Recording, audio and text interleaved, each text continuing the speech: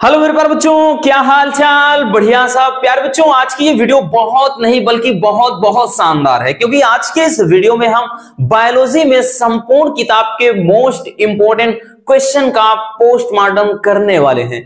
आज के इस वीडियो में हम 50 से भी अधिक क्वेश्चन को निपटाएंगे। अगर आपकी तैयारी कुछ भी नहीं है बायोलॉजी में, फिर भी आप फोड़ कर आओगे, झंडा गाड़ कर आओगे एग्जाम में, ये मैं गारंटी के साथ कह रहा हूं। आज के इस वीडियो में सारे के सारे इंपॉर्टेंट क्वेश्चन को निपटाएंगे, बिल्कुल टेंशन नहीं लेना। आज के इस वीडियो में आपको आंसर नहीं दिखेगा, क्योंकि वहां पर क्वेश्चन देखकर आपको बस तुरंत फटाक से उसको निपटा देना है। चलिए देख लेते हैं बच्चों, इससे आपको भी आइडिया लग जाएगा कि आपकी प्रिपरेशन कितनी है, क्योंकि अब लड़ाई है आर या पार की। ठीक है, चलिए तो देख लेते हैं बच्चों। सबसे पहला अगर हम क्वेश्चन बात करें तो टेपिटम क्या है तथा इसके कार्य क्या है। टेपिटम, टेपिटम किसे कहते हैं? तो आपने सुना होगा लघु बीजाणु धानी। लघु बीजाणु धानी बोले तो जिसको पराग कोश कहते हैं।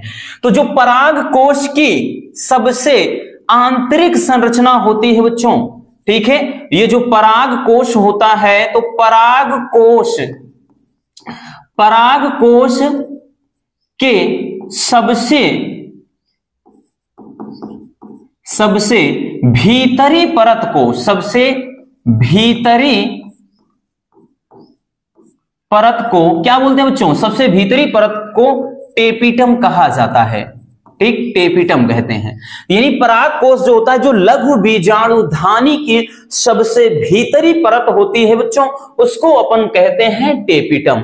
अब टेपिटम के कार्य क्या होते हैं? तो टेपिटम के कार्य यह है कि भाई इसमें प्रमुख कार्य है कि बच्चों, टेपिटम का कार्य यह है कि ये पराग कण को पोषण देता है। पराग कण का पोषण होता है। ठीक, पराग कण को क्या होता है बच्चों? पराग कण को मतलब कण को पोषण मिलता है। दूसरा चीज होता है कि दूसरा जैसे इसमें एंजाइम, ठीक, या हार्मोन्स का भी स्राव होता है। हार्मोन्स का स्राव होता है। ठीक, ये होता है टेपिटम। टेपिटम समझ में आ गया कि टेपिटम क्या है? तो पराग कोश के सबसे भीतरी परत को टेपिटम कहा जाता है। अब टेपिटम का प्रमुख कार्य है कि ये पराग कण का पोषण देता है, यानी उसकी जो भित्ति है वो नष्ट होकर के, जो पराग मातृ कोशिकाएं हैं वो नष्ट होकर के पराग कण को क्या करती हैं? पोषण प्रदान करती हैं। और साथ ही इसमें हार्मोन्स का भी स्राव होता है। ठीक है, क्या हो गया? टेपिटम और इसके कार्य। चलिए अब दूसरा क्वेश्चन है अनिषेक फलन। अनिषेक फलन किसे कहते हैं? तो अनिषेक फलन में हमने बताया, नाम से ही बहुत कुछ मिल जाता है बच्चों।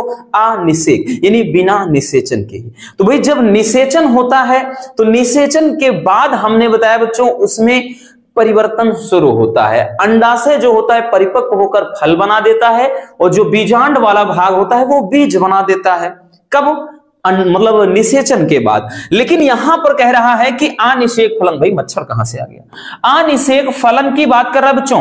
तो देखिएगा, जो अनिषेक फलन होता है, तो अनिषेक फलन में तो अनिषेक का मतलब क्या है? बिना निषेचन के ही, बिना निषेचन के ही, शॉर्ट में बस समझना है, बस बिना निषेचन के ही जो फल का निर्माण होता है, फल का निर्माण होता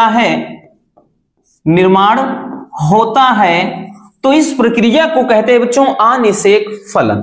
यानी वह प्रक्रिया जिसमें बिना निषेचन के ही फल का निर्माण हो जाए तो उसे कहते हैं अनिषेक फलन। और ऐसे फल को जो तैयार होता है, ऐसे फल को क्या कहा जाता है बच्चों? तो ऐसे फल को कहा जाता है अनिषेक फल। जैसे अनिषेक फल की श्रेणी में बात करें भाई, कुछ एग्जांपल आपके, जैसे अनिषेक फल में हो गया आपका क्या कहते हैं कि केला। ठीक, केला हो गया, अंगूर हो गया, तो ये अनिषेक फल की श्रेणी में आ जाते हैं। क्लियर हो गया? तो अनिषेक फलन। अब यहां से बच्चों देखिए अनिषेक फलन है, और यहां से अगर हम बात करें तो एक होता है जैसे असंग जनन होता है। तो असंग जनन का मतलब वही क्या है? जनन की वह प्रक्रिया जिसमें संलयन या निषेचन प्रक्रिया ना हो, असंग जनन, वो भी इसी तरीके का होता है। ठीक है, अब अगला है दोहरा निषेचन। दोहरा निषेचन, देखिए दोहरा निषेचन को हमने बहुत अच्छी तरीके से बच्चों 2 से 3 बार बताया है। देखिए दोहरा निषेचन में होता क्या है, तो हमने बताया था कि दोहरा निषेचन में पराग जो, ठीक, जो पराग नलिका होती है, तो पराग नलिका में बच्चों ध्यान से समझना, पराग नलिका में जो नर केंद्रक होते हैं, मतलब जो नर युग्मक नर केंद्रक होता है वो दो होते हैं और दोनों नर युग्मक की तरह कार्य करते हैं। तो इसमें क्या होते हैं, दो नर केंद्रक होते हैं, ठीक है।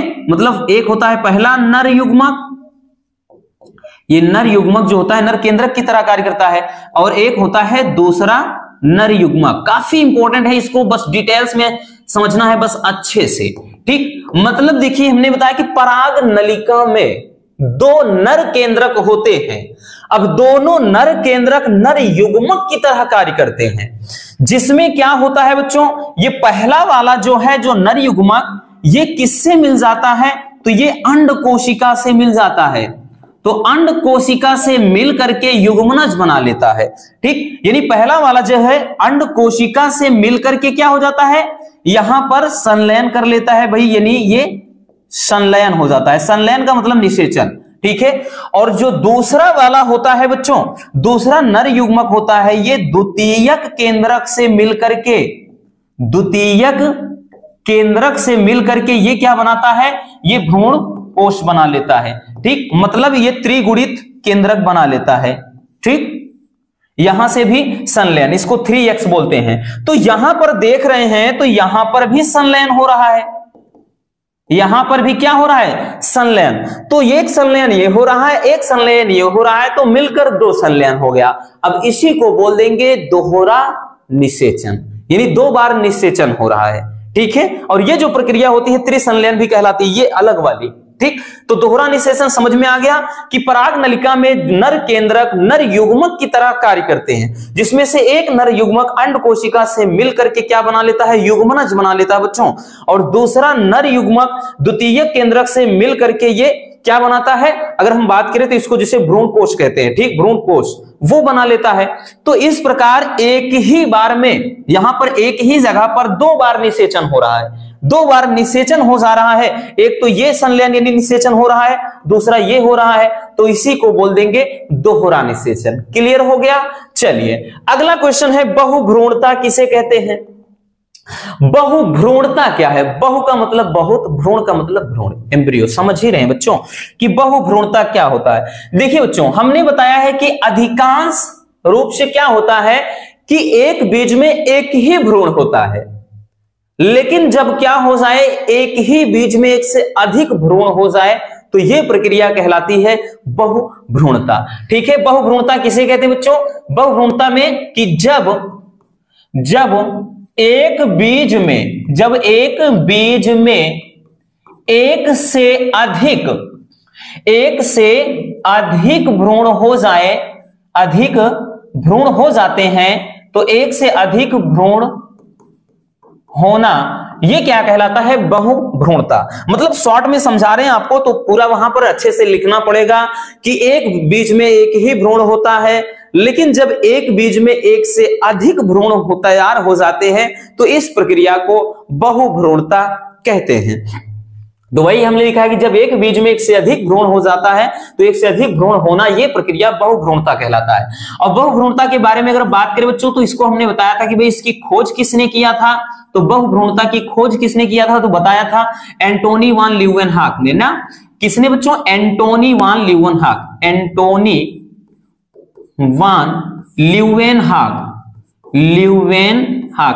वान ल्यूवेनहॉक नामक वैज्ञानिक ने किया था। और किसमें किया था ये भी अगर जानना है बच्चों, तो हमने बताया था भाई किसमें किया था इन्होंने, तो इन्होंने संतरे के अंदर किया था। किसमें, संतरे के अंदर किया था, ठीक है ना।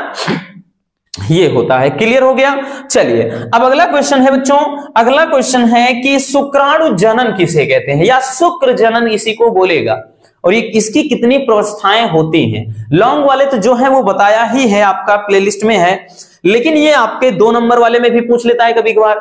तो शुक्राणु जनन किसे कहते हैं, शुक्राणु जनन क्या होता है, तो शुक्र जनन नलिकाओं में, ठीक, या शुक्र जनन कोशिकाओं में, शुक्र जनन कोशिकाओं में, शुक्र जनन कोशिकाओं में क्या लिख रहे हैं भाई, शुक्र जनन कोशिकाओं में शुक्राणु का बनना या शुक्राणु का निर्माण होना शुक्र जनन कहलाता है, शुक्र जनन कहलाता है। ठीक है, शुक्र जनन कहलाता है। यानी शुक्र जनन नलिकाओं में शुक्राणु का निर्माण होना या शुक्राणु का बनना क्या कहलाता है बच्चों? शुक्र जनन कहलाता है। ठीक है, और शुक्र जनन की अगर हम अवस्थाएं बात करें तो ये इसकी 3 अवस्थाएं होती हैं। पहला होता है बच्चों, पहला क्या होता है कि गुणन अवस्था। पहली अवस्था होती है इसकी गुणन अवस्था। ठीक, गुणन अवस्था। दूसरी वृद्धि अवस्था, वृद्धि अवस्था। ठीक, तीसरा होता है परिपक्वन अवस्था कहा जाता है। ठीक, तो ये अवस्थाएं होती हैं। ठीक है ना। शुक्र जनन, शुक्र जनन समझ में आ गया कि शुक्र जनन कोशिकाओं में, ये शुक्र जनन नलिकाओं में। अब शुक्र जनन नलिकाएं होती कहां है बच्चों? तो शुक्र जनन नलिकाएं कहां होती हैं? वृषण में। ठीक है ना, वृषण में जो सार्टोली कोशिकाएं होती हैं, ठीक, उसमें क्या होता है? शुक्र जनन कोशिकाएं या नलिकाएं होती हैं। उन्हीं में से ही क्या होता है? जो स्पर्मेटोसाइट होता है उसी से शुक्राणु का निर्माण होता है। ठीक, तो ये हो गया शुक्राणु जनन। ये बस एक रिवीजन है, इतना याद रखना, इससे चीजें एकदम क्लियर हो जाएंगी। ठीक है, चलिए बच्चों अगला क्वेश्चन देखिएगा। अगला क्वेश्चन क्या है कि अंडाणु जनन क्या है? अंडाणु जनन या अंड जनन क्या है? तो इसमें क्या है भाई, अंडाशय में या अंड जनन कोशिकाओं से, अंड जनन कोशिकाओं से, अंड जनन, अंड जनन का मतलब जहां से अंडाणु रिलीज होते हैं। अंड जनन कोशिका से अंडाणु का बनना, अंडाणु का बनना अंडाणु जनन कहलाता है, अंडाणु जनन कहलाता है। ठीक है, क्लियर हो बच्चों कि अंड जनन कोशिका से या अंड जनन नलिकाओं से अंडाणु के बनने की घटना को अंड जनन कहा जाता है या अंडाणु जनन कहा जाता है। जब हम वहां पर लिखेंगे तो थोड़ा और सजाकर लिख देंगे। क्लियर? ये तो बस हमने बोला ना कि ये एक शॉर्ट रिवीजन है, वन शॉट। ठीक है, अब उसके बाद इसमें भी बच्चों देखिएगा, इसमें भी अवस्थाओं में अगर हम बात करें रसगुल्लों, तो इसमें भी वही अवस्थाएं होती हैं। ठीक, इसमें भी आपकी जो है गुणन अवस्था, पूरी सेम अवस्था होती है। इसमें भी गुणन अवस्था है, उसके बाद वृद्धि अवस्था है। ठीक, वृद्धि अवस्था है, उसके बाद क्या है? परिपक्व अवस्था है, परिपक्व अवस्था है। तो इसमें भी वही चीज होता है। ठीक, ये होता है वृद्धि अवस्था, गुणन अवस्था, परिपक्व अवस्था। क्लियर हो गया? तो ये 6 टॉपिक एकदम तैयार हो गए। ठीक बच्चों, चलिए अब चलते हैं हम आगे क्वेश्चन की तरफ। ठीक, हमने बोला ना कि बस एक नजर अच्छे से इस पर निगाह रखना, बस माइंड थोड़ा लगा देना बच्चों, फोड़ कर आओगे पूरा। 70 में 65 प्लस तो श्योर है, कोई नहीं रोक सकता। ठीक है, चलिए अब देखते हैं बच्चों अगला क्वेश्चन। अगला क्वेश्चन है कि मासिक चक्र क्या है? मासिक चक्र किसे कहते हैं? Menstrual cycle. देखिए सुनिए पहले, मासिक चक्र होता क्या है? तो महिला में, ठीक, जो मादा होती हैं उनमें प्रत्येक माह बोले तो 28 दिन के अंतराल में, 28 दिन के बाद उनके ओवरी से यानी अंडाशय से क्या होते हैं? अंडाणु मोचित होता है, बोले तो निकलता है।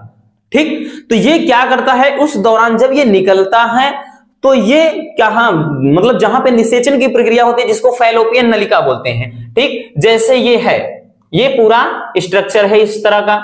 ठीक, ये इस तरह। तो जैसे यहां पे भाई अंडाशय है, इसमें अंडाणु निकले, तो ये यहां पर आएगा जैसे, तो यहां से निकलकर यहां आया। इस दौरान मान लेते हैं कि ये शुक्राणु का इंतजार करता है यहां पर। अगर इस दौरान कोई शुक्राणु अंदर प्रवेश कर रहा है वजाइना से, अगर इस दौरान ये जो शुक्राणु है ये अंडाणु से मिल जाएगा, तब जाकर के निषेचन की प्रक्रिया हो जाएगी।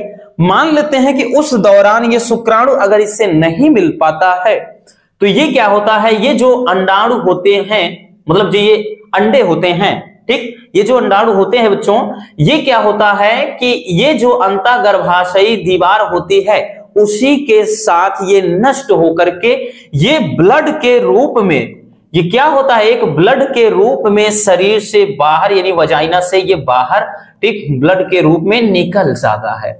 ठीक, तो ये प्रक्रिया कहलाती है मेंस्ट्रुअल साइकिल।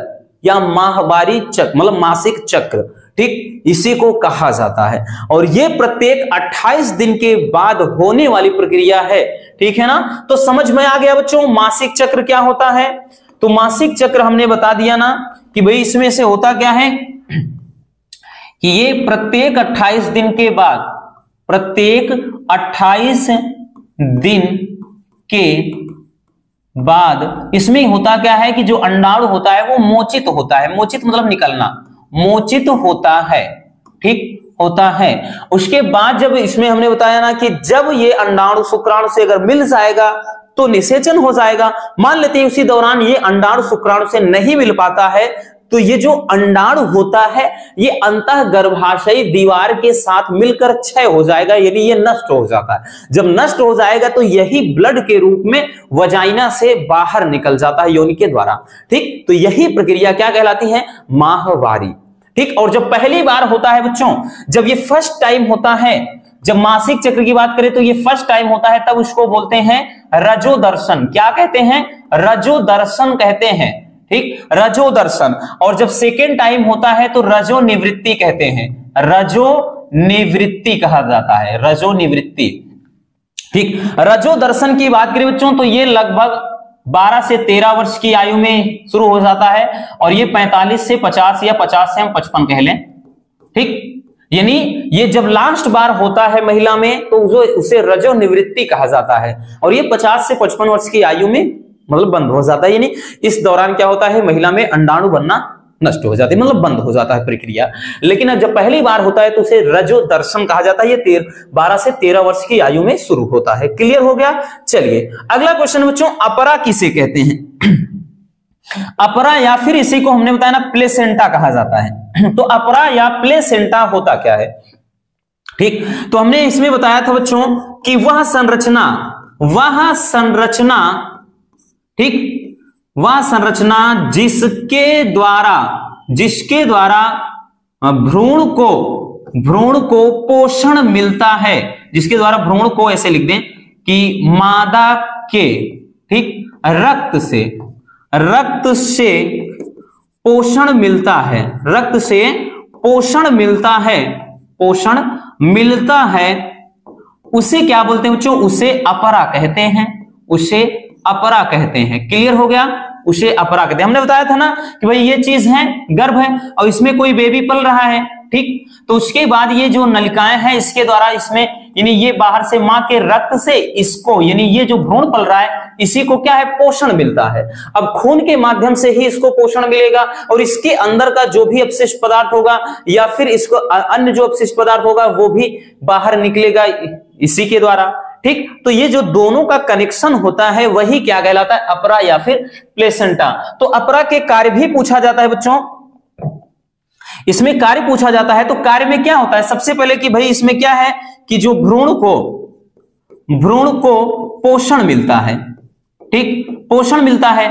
दूसरा उत्सर्जी पदार्थ बाहर निकलता है, उत्सर्जी पदार्थ यानी भ्रूण के अंदर जो भी उत्सर्जी पदार्थ है वो फिर से मां के ब्लड में ही पहुंचा दिया जाता है। उत्सर्जी पदार्थ बाहर निकलता है, ठीक, बाहर निकलता है। क्लियर हो गया। तो ये होता है बच्चों अपरा या अपरा के मतलब अपरा तथा इसके कार्य। क्लियर। अगला क्वेश्चन है कि सागर्भता का चिकित्सीय समापन किसे कहते हैं। सागर्भता हमने बोला था बच्चों, इसको क्या बोलते हैं, सागर्भता का चिकित्सीय समापन, या इसको बोलते हैं शॉर्ट में MTP, मेडिकल मतलब termination of pregnancy. Medical termination of pregnancy यानी प्रेगनेंसी को मेडिकल तरीके से या मेडिकली क्या करना, टर्मिनेट कर देना, मतलब नष्ट कर देना, ये कहलाता है बच्चों MTP। क्लियर। तो सागर्भता हमने क्या बताया कि भाई इसमें हमने बताया कि सहायक, ठीक, मतलब यहां पे मतलब गर्भ को चिकित्सीय तरीके से समाप्त कर देना क्या कहलाता है बच्चों, MTP कहलाता है, MTP कहलाता है, ठीक। अब MTP तो हमने बताया था भाई कानूनन अपराध है, मतलब सगर्भता का मतलब ये होता है बच्चों की गर्भ में ही मतलब बेबी को गर्भ में ही मार देना।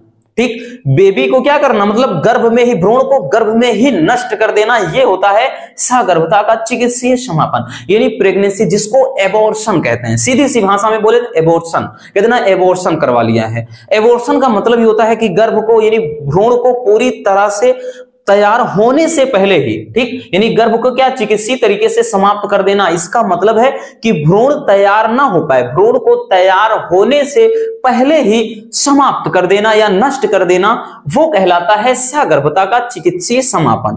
ठीक, अगर ये हमने बताया था कि भाई ये शुरू में 2 से 3 माह के अंदर, 3 माह के अंदर अगर करवा लिया जाता है तब तो ये ठीक है, लेकिन उसके बाद फिर करवाने लायक नहीं रहता क्योंकि वो थोड़ा तैयार हो जाता है। ठीक, लेकिन देखिए इसको बताया था कि कानूनन जुर्म है, लेकिन कुछ केसेस में ऐसा है कि भाई ये करवाया जा सकता है। जैसे कि हमने बताया था बच्चों, जैसे बलात्कार, भाई बलात्कार की स्थिति हो जाए। दूसरा अनचाहा गर्भ, अनचाहा गर्भ का मतलब भाई किसी को संतान नहीं चाहिए, प्रेगनेंसी, वो चाहता है कि भाई मुझको अब संतान नहीं चाहिए, तब करवा सकता है। और तीसरी चीज है भाई, तीसरी कोई रोग, ठीक, जैसे अगर किसी मतलब भ्रूण में कोई रोग हो, भ्रूण में जन्मजात रोग हो, मतलब उसके अंदर कोई रोग हो, तब ये करवाना उचित हो जाता है, तब मतलब ये कानूनन अपराध नहीं माना जाता, नहीं उसके पहले तो ये जुर्म माना जाता है। ठीक है, अब दूसरा है मतलब अगला क्वेश्चन है 10वां कि परख नली शिशु क्या है?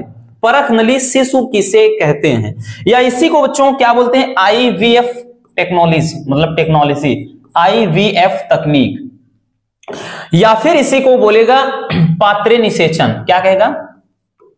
पात्रे निषेचन। तो भाई इसको भी करवाया है, ठीक, इसको भी करवाया है। तो परख नली शिशु में क्या होता है बच्चों?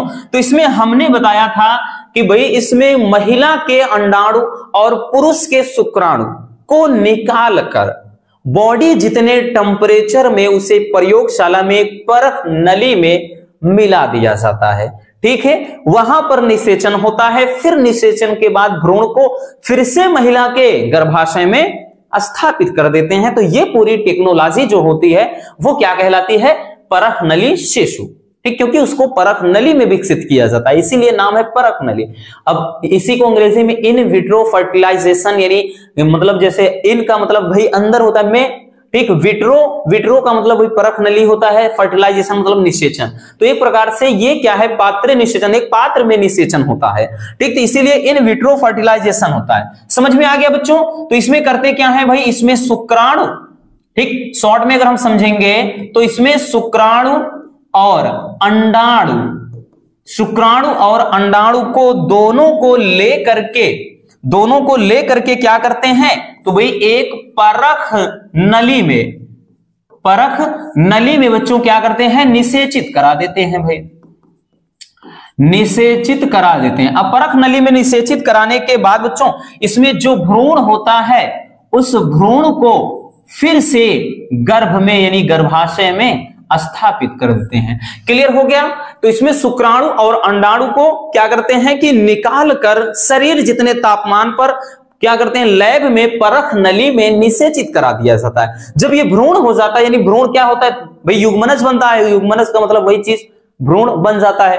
तो भ्रूण को फिर से महिला के यूट्रस यानी गर्भाशय में स्थापित कर देते हैं, जहां पर उसका विकास एक नॉर्मल बेबी की तरह फिर होने लगता है। ठीक, वो मतलब उसी तरह उसका पालन पोषण होने लगता है महिला के गर्भ में। अगला जो हेडिंग है वो है उल्ब वेधन। उल्ब वेधन क्या है? या फिर एमनियोसेंटेसिस बोलता है। ठीक, इसको बोलता है एमनियोसेंटेसिस। एमनियोसेंटेसिस किसे कहते हैं? उल्ब वेधन या फिर एमनियोसेंटेसिस होता क्या है? देखिए बच्चों, उल्ब वेधन या एमनियोसेंटेसिस हमने इसमें बताया था कि यह एक ऐसी तकनीकी है जिसमें करते क्या है? तो इसमें जैसे ये गर्भ है और गर्भ में इसमें शिशु पल रहा है यानी भ्रूण, और ये तैयार पूरी तरह से जब ना हो तो इसमें करते क्या है? तो भाई एक इंजेक्शन के माध्यम से, याद है कि नहीं बच्चों? याद तो होगा रसगुल्लो। एक इंजेक्शन से करते क्या है? तो भाई एक इंजेक्शन से यहां पर जो अंदर द्रव भरा होता है उसको बोलते हैं एमनियोटिक द्रव। क्या बोलते हैं? एमनियोटिक द्रव। एमनियोटिक द्रव, तो एक इंजेक्शन से एमनियोटिक द्रव को निकाल लिया जाता है। अब निकालते हैं तो निकालने के बाद उस द्रव में जो भी मतलब जो उसमें गुणसूत्र होते हैं उसमें क्या विकार है, क्या दोष है, क्या रोग है, क्या चीज है, तो उसके बारे में वो जांच करते हैं। ठीक है, वो जांच किया जाता है। तो जांच करने के बाद पूरी क्रिया मतलब इसकी पूरी क्रियाशीलता, इसमें जो भी हलचल हो रहा है वो सब पता लगा लेते हैं। लेकिन ये भी क्या है, घातक है, क्योंकि इसके द्वारा लिंग का भी परीक्षण हो जाता है, यानी ये भी पता चल जाता है कि जो अंदर पल रहा है वो लड़का है कि लड़की है। इससे होता क्या है कि समाज में भाई बुराइयों से बचने के लिए होता ना कि लैला मजनू ऐसी गलती कर गए तो भाई चाहे कर ना चाहा वही होता है कि भाई उनके अंदर गर्भ पल जाए, तो होता क्या है, जाके भाई समाज से क्या करते हैं, छुप छुपा करके लाजवश बेबी को मार देते हैं। कन्या भ्रूण हत्या हो जाता है ज्यादातर, भाई पता चल जाए, नहीं तो बाहर चले गए, चले हाँ लड़का है, कहीं भाग गए, चलो लड़का है जन्म दे दियो ठीक है, नहीं तो पता चल जाता है कि लड़की है तो बोलते हैं गिरवा दो इसको, ठीक, एबॉर्शन करवा देना, सीधी सी बात होता है। तो ये बहुत बड़ा अपराध माना जाता है, दुनिया में इससे बड़ा अपराध कोई हमारे ख्याल से हो ही नहीं सकता है। ठीक है, ये चीज होता है, ये बहुत बड़ा, ये समझो हैवान जो होते हैं वही ये काम करते हैं। तो उल्ब वेधन में हमने क्या बताया कि मतलब ये एक ऐसी विधि, इसमें क्या होता है बच्चों कि इसमें गर्भाशय, शॉर्ट में अगर समझे, इसमें गर्भाशय से एमनियोटिक द्रव निकाल कर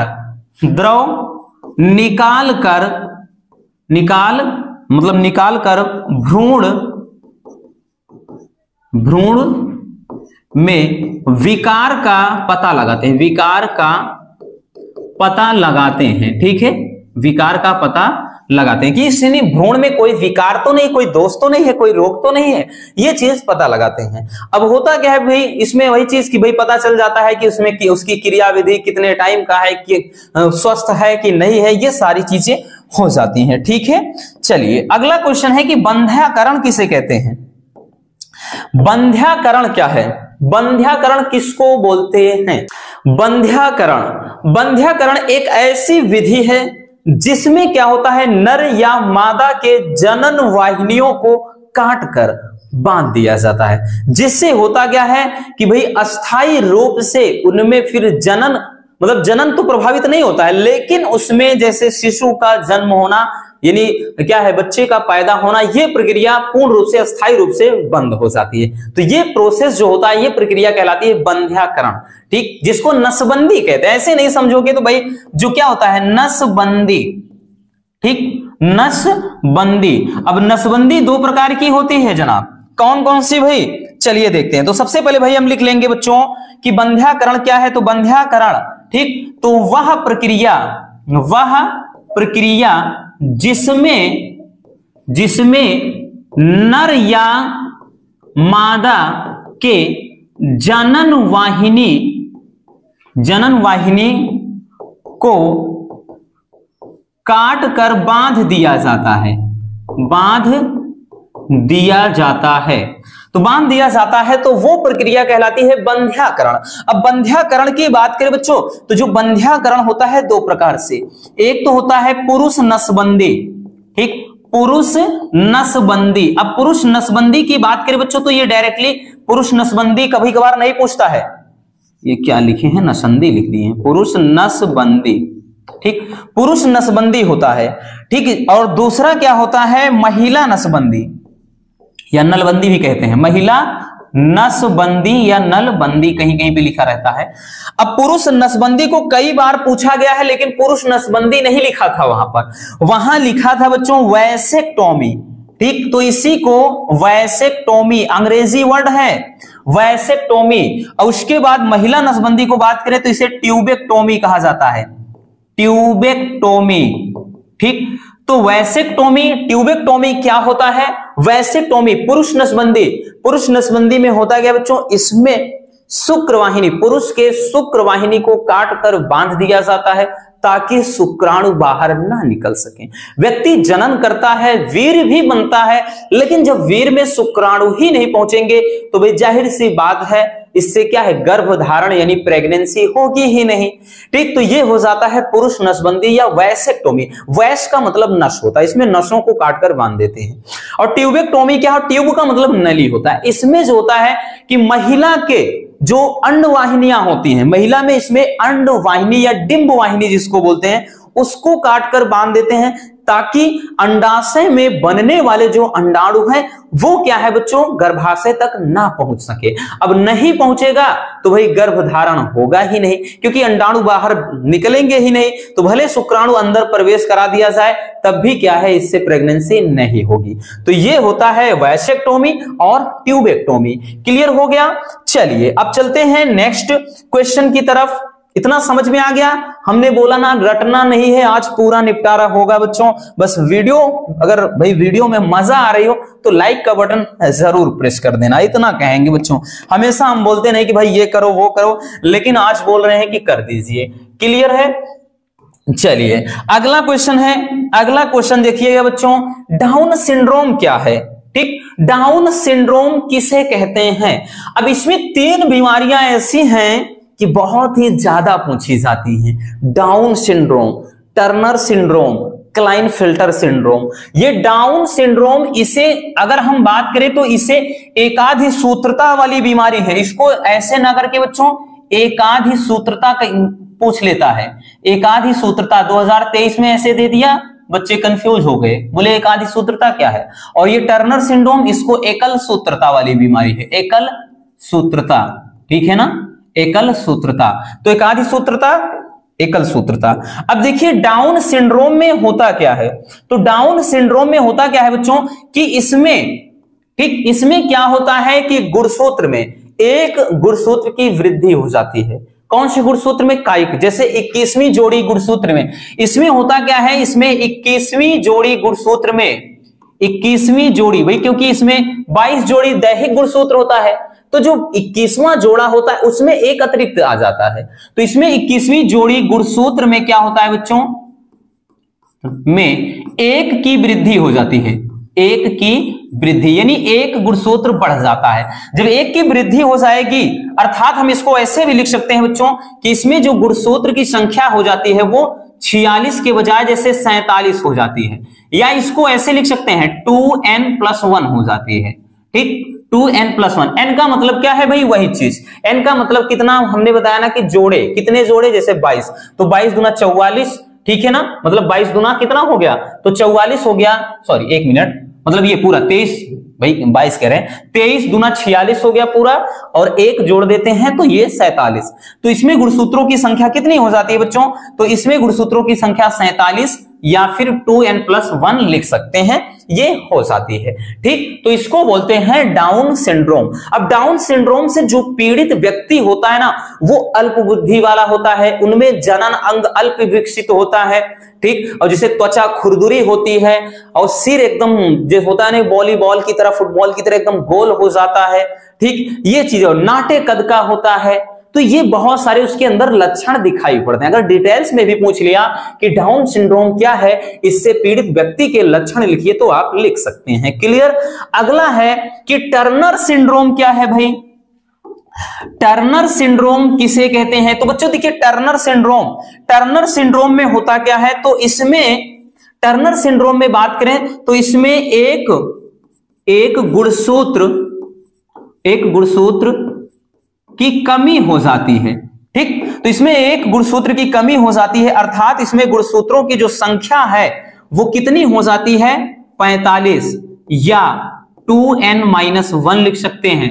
या ऐसे करके बच्चों इसको ऐसे भी लिखा जा सकता है, 44 प्लस जैसे भाई यहां पर x हो जाता है, मतलब एक ओ ये दर्शा रहा है कि रिक्त है, तो इसको ऐसे भी लिख सकते हैं। तो इसमें क्या होता है कि एक गुणसूत्र की कमी हो जाती है, तो ये होता है टर्नर सिंड्रोम। क्या होता है बच्चों? Turner syndrome. यानी ये क्या है, ऐसे विकार हैं जो मतलब ऐसे डिसऑर्डर हैं जिनका संबंध जीन से होता है। ठीक, लिंग से। अब इसके बाद एक और है क्लाइनफेल्टर, वो नहीं लिखा है लेकिन वो भी पूछा जाता है, क्लाइनफेल्टर, उसको भी देख लेते हैं, नहीं तो भाई पूछ लिया तो गड़बड़ हो जाएगा। क्लाइनफेल्टर में इसमें क्या होता है बच्चों, एक्स गुणसूत्र एक हो मतलब इसमें एक की वृद्धि या फिर एक से अधिक की वृद्धि हो जाती है। किसमें? क्लाइनफेल्टर में। यानी इसमें जो गुणसूत्र है जैसे 44 प्लस x वाले में बढ़ता है, जैसे x y हो सकता है, या फिर जैसे 44 प्लस x y हो जाएगा, इतना मतलब देख सकते हैं। तो इसमें तो भाई कितना 47 गुणसूत्र है, ठीक, लेकिन इसमें कितना है? तो इसमें तो 48 हो गया। तो इसमें x गुणसूत्र में एक की भी वृद्धि हो सकती है, एक से अधिक की भी वृद्धि हो सकती है। तो ये होता है क्लाइनफेल्टर सिंड्रोम। क्लियर हो गया? क्लाइनफेल्टर सिंड्रोम में क्या होता है? तो ये गुणसूत्रों की संख्या मतलब आपके 1 नंबर वाले क्वेश्चन में पूछ लेता है, 2 नंबर में तो पूरा डिटेल्स में, 3 में तो पूरा लक्षण सब पूछेगा, ठीक। तो इसमें भी लक्षण सेम ऐसा होता है। अब उसके बाद अगला है कि हीमोफीलिया किसे कहते हैं? हीमोफीलिया की बात करें बच्चों तो ये एक एक्स सहलग्न रोग है। ये एक एक्स सहलग्न रोग है, एक्स सहलग्न रोग है, ठीक। एक्स सहलग्न रोग का मतलब जो होता है कि इनके जो कारक होते हैं वो एक्स गुणसूत्र पर आकर बैठ जाएंगे, ठीक। इनके जीन जो होते हैं एक्स गुणसूत्र पर बैठ जाते हैं। अब ये हीमोफीलिया अगर हम बात करें इसमें होता क्या है? तो भाई इसमें हीमोफीलिया में होता क्या? इसमें चोट लगने के बाद, बताए थे बच्चों, याद है ना? चोट लगने के बाद, ठीक, रक्त का थक्का जल्दी नहीं बनता, रक्त का थक्का जल्दी नहीं बनता तो है लेकिन तब तक आदमी की मौत हो जाती, समझो। थक्का जल्दी नहीं बनता, ठीक, जल्दी नहीं बनता है। अगर हम बात करें बच्चों तो इसे एक और ब्लीडर रोग के नाम से भी जाना जाता है, ब्लीडर रोग, ठीक। और इस रोग का जो वाहक होती हैं, वाहक कौन होती हैं? स्त्रियां। यानी ये बीमारी स्त्रियों की वजह से फैलती हैं, तो इसकी वाहक कौन हो गई? तो स्त्रियां हो जाती हैं, ठीक है ना, स्त्रियां हो गए। तो भाई पीड़ित कौन होता है? तो पीड़ित जाहिर सी बात है भाई, पीड़ित क्या होता है? पुरुष होता है, अधिकांशतः पुरुष होता है, वाहक स्त्रियां ही रहती हैं, ठीक। तो ये हो जाता है हीमोफीलिया, या इसी को ब्लीडर रोग कहा जाता है। अगला है बच्चों की वर्णांधता किसे कहते हैं? वर्णांधता बोले तो कलर ब्लाइंड, तो वर्णांधता किसे कहते हैं? रसगुल्लों, इसमें हमने बताया था। तो ये भी बच्चों ध्यान से समझना, ये भी एक्स सहलग्न रोग है। एक्स सहलग्न का मतलब है, ठीक, इसमें जो जीन होता है वो एक्स गुणसूत्र पर आकर बैठ जाएगा, ठीक है ना, एक्स संलग्न रोग है। और इसमें व्यक्ति क्या करता है, लाल व हरे में अंतर नहीं देख पाता है कि भाई इसमें रोगी लाल व हरे में, किसमें बच्चों, लाल व हरे में अंतर नहीं बता पाता है, अंतर नहीं बता पाता है, अंतर नहीं बता पाता, मतलब उसको पता ही नहीं चलता कि लाल और हरा कौन है। जब अंतर नहीं बता पाएगा भाई, इससे क्या हो जाएगा, एक्सीडेंट हो जाएगा, है ना, जाहिर सी बात। क्योंकि इसमें एक क्वेश्चन और पूछा जाता है, बताए थे कि जो वर्णांध व्यक्ति होते हैं वो रेलवे ड्राइवर नहीं होते हैं, रेलवे ड्राइवर उनको नहीं बनाया जाता है। क्यों? क्योंकि भाई हरी झंडी देना है, पता चले लाल दे दें, लाल देना है तो हरी दे देंगे, तो भाई उल्टा सुल्टा हो जाएगा, तब तो क्या है, दुर्घटना हो जाएगा, ठीक। तो इसलिए ध्यान देना बच्चों कि वर्णांधता में बात करें तो भाई ये भी एक संलग्न रोग है, इसमें रोगी लाल व हरे रंग में अंतर नहीं बता पाता है, ठीक। और वर्णांधता में इसमें भी अगर हम बात करें बच्चों, वाहक कौन है और पीड़ित कौन है, तो इसमें भी जो वाहक है, इसमें भी जो क्या कहते हैं बच्चों, वाहक है वो स्त्रियां हैं, और पीड़ित कौन है, तो पुरुष है, ठीक। ये दोनों के दोनों, ये हीमोफीलिया वर्णांधता दोनों एक्स संलग्न रोग हैं, दोनों का सेम फंडा होता है। क्लियर?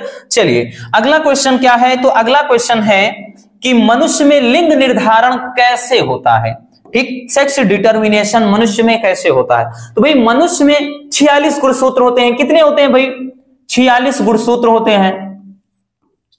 मनुष्य में कितने गुणसूत्र होते हैं बच्चों, 46 होते हैं। अब 46 में अगर हम बात करें तो 46 में 22 जोड़ी या फिर कह लें 44, ये कैसे होते हैं, तो ये लिंग गुणसूत्र होते हैं, सॉरी लिंग कह रहे हैं, दैहिक गुणसूत्र होते हैं, दैहिक या कायिक। जबकि एक जोड़ी, ठीक, एक जोड़ी लिख लें या फिर कह लें संख्या में 2, ये क्या होते हैं, यही सेक्स क्रोमोसोम होते हैं, यानी लिंग गुणसूत्र। तो ये जब क्या होता है भाई, जो इसमें ध्यान देना, तो लिखेंगे कि जो नर में कौन सा होता है, तो नर में बच्चों, नर में ध्यान देना एक्स तथा वाई गुणसूत्र होता है, और मादा में कौन होता है बच्चों, तो मादा में ध्यान देना भाई, मादा में कौन होता है, दोनों, मादा में दोनों समान होता है, मादा में दोनों समान X तथा X, दोनों XX होते हैं, ठीक है, दोनों XX होते हैं, ये सिस्टम होता है भाई। जब पुरुष वाला, क्योंकि 22 जोड़ी तो दोनों में बराबर होते हैं, लिखेंगे कैसे वही सुनिएगा, लिखेंगे कि मनुष्य में गुणसूत्रों की संख्या 46 होती है, जिसमें से 22 जोड़ी दैहिक गुणसूत्र होते हैं या 44 कह लें, जबकि 2 जोड़ी लिंग गुणसूत्र होते हैं। और ये स्त्री और पुरुष में दोनों बराबर नहीं होते हैं। कौन? लिंग गुणसूत्र। दैहिक वाले तो दोनों में 22 जोड़ी बराबर होते हैं, लेकिन नर में लिंग गुणसूत्र X तथा Y होता है, तो मादा में X तथा X होता है। जब बच्चों क्या होता है कि 44 में उसके बाद होगा क्या, तो भाई 22/44 दोनों का मिला, तो पुरुष का जब X और मादा के X में से मिल जाता है तो यहीं पर लड़की का जन्म हो जाता है ना। अब उसके बाद जब 44 में पुरुष का Y और लड़की का X, तो XY हो जाता है, तो ये भाई किसका जन्म हो जाता है, लड़का का जन्म, ये लड़के का जन्म हो जाता है। तो इस प्रकार क्या होता है, मनुष्य में लिंग निर्धारण हो जाता है। क्लियर हो गई? ठीक, चलिए अगला क्वेश्चन कि डीएनए फिंगरप्रिंटिंग क्या है, तो भाई इसको भी तो बताया है बच्चों, डीएनए फिंगरप्रिंटिंग क्या है, किसे कहते हैं, या इसी को कहेगा डीएनए अंगुली छाप। फिंगरप्रिंटिंग ना दे करके पूछ लेगा कि डीएनए अंगुली छाप किसको कहते हैं। ठीक, तो हम लिखेंगे बच्चों, ठीक है ना, इसमें ही किसी व्यक्ति के बताए थे लार, इसके बाद वीर्य, बाल, एक योनिद्रव, ठीक, व्यक्ति के क्या होता है कि लार, वीर्य, बाल, योनिद्रव, जैसे महिला में जैसे रेप वगैरह हो जाता है ना, यानी बलात्कार जब होता है तो योनिद्रव से भी ये पता चल जाता है, ठीक है। से डीएनए से क्या करते हैं बच्चों, डीएनए लेकर अपराधी की पहचान करते हैं, अपराधी की पहचान करते हैं, ठीक, पहचान करते हैं, ठीक है ना। तो सिंपल सी बात है, लिखना चाहेंगे तो लिखेंगे बच्चों, डीएनए फिंगरप्रिंटिंग एक ऐसी टेक्नोलॉजी है, एक ऐसी एक ऐसी विधि है जिसके द्वारा किसी खूनी, बलात्कारी, ठीक, कोई अपराधी, पैतृक का मतलब जैसे किसी के माता पिता भाई बोल दें कि मैं नहीं हूं, तो लड़का कहे नहीं यही मेरे पिता हैं, तो उनमें भी जांच करके पता चल जाती है, इन सब की पहचान की जाती है। इसमें करते क्या है, सबसे पहले किसी व्यक्ति के लार, वीर्य, बाल, योनिद्रव, त्वचा, इन सबसे करते क्या है, डीएनए को अलग किया जाता है। डीएनए को मतलब अलग करते हैं, यानी डीएनए उसमें से, ठीक, सबसे पहले उसको गर्म करना, काटना, तो ये प्रक्रिया बताया था पूरा डीएनए फिंगरप्रिंटिंग में, ठीक, जैसे पीसीआर में बताया था। तो फिर उसके बाद करते क्या है, इसको जेल इलेक्ट्रोफोरेंसिस होता है, जो बताया था जेल विद्युत कण संचलन, तो उस पे सुखाते हैं। फिर क्या करते हैं, किसी सस्पेक्ट को, यानी जिस पर क्या है कि भाई जिस पर हाँ कि ऐसा हो, शक हो, तो उस व्यक्ति से इस डीएनए को मैच कराते हैं, मिल गया, ठीक है। तो ये पूरी प्रोसेस जो होती है वो डीएनए फिंगरप्रिंटिंग होती है, ठीक है। तो ये हो जाता है डीएनए फिंगरप्रिंटिंग, ठीक।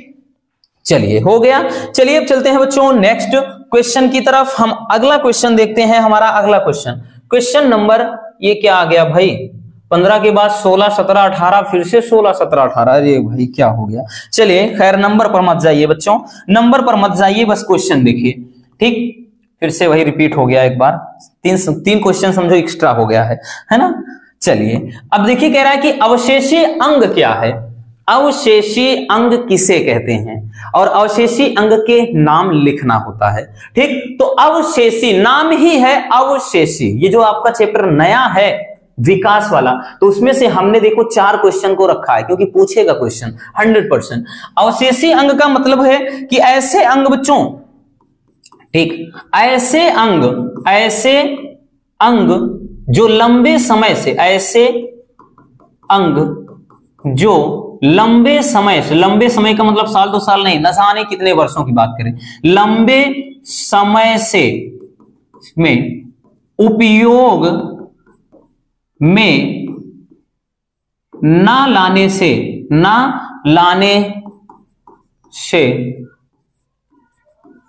विलुप्त होने की संभावना है, संभावना, ठीक, विलुप्त होने की संभावना है, संभावना है, या विलुप्त हो जाएंगे, या हम लिख लें विलुप्त हो जाएंगे। मतलब बच्चों उनके विलुप्त होने की संभावना है या फिर भविष्य में क्या है ऐसे अंग विलुप्त हो जाएंगे, तो वो अंग कहलाते हैं अवशेषी अंग। अब अवशेषी अंग की बात करें बच्चों तो इसमें एग्जाम्पल अगर हम ध्यान दें तो एग्जाम्पल में जैसे पहला हो गया निमेषक पटल, निमेषक पटल जो आंख की है ना, आंख की जो भौं होती है, निमेषक पटल।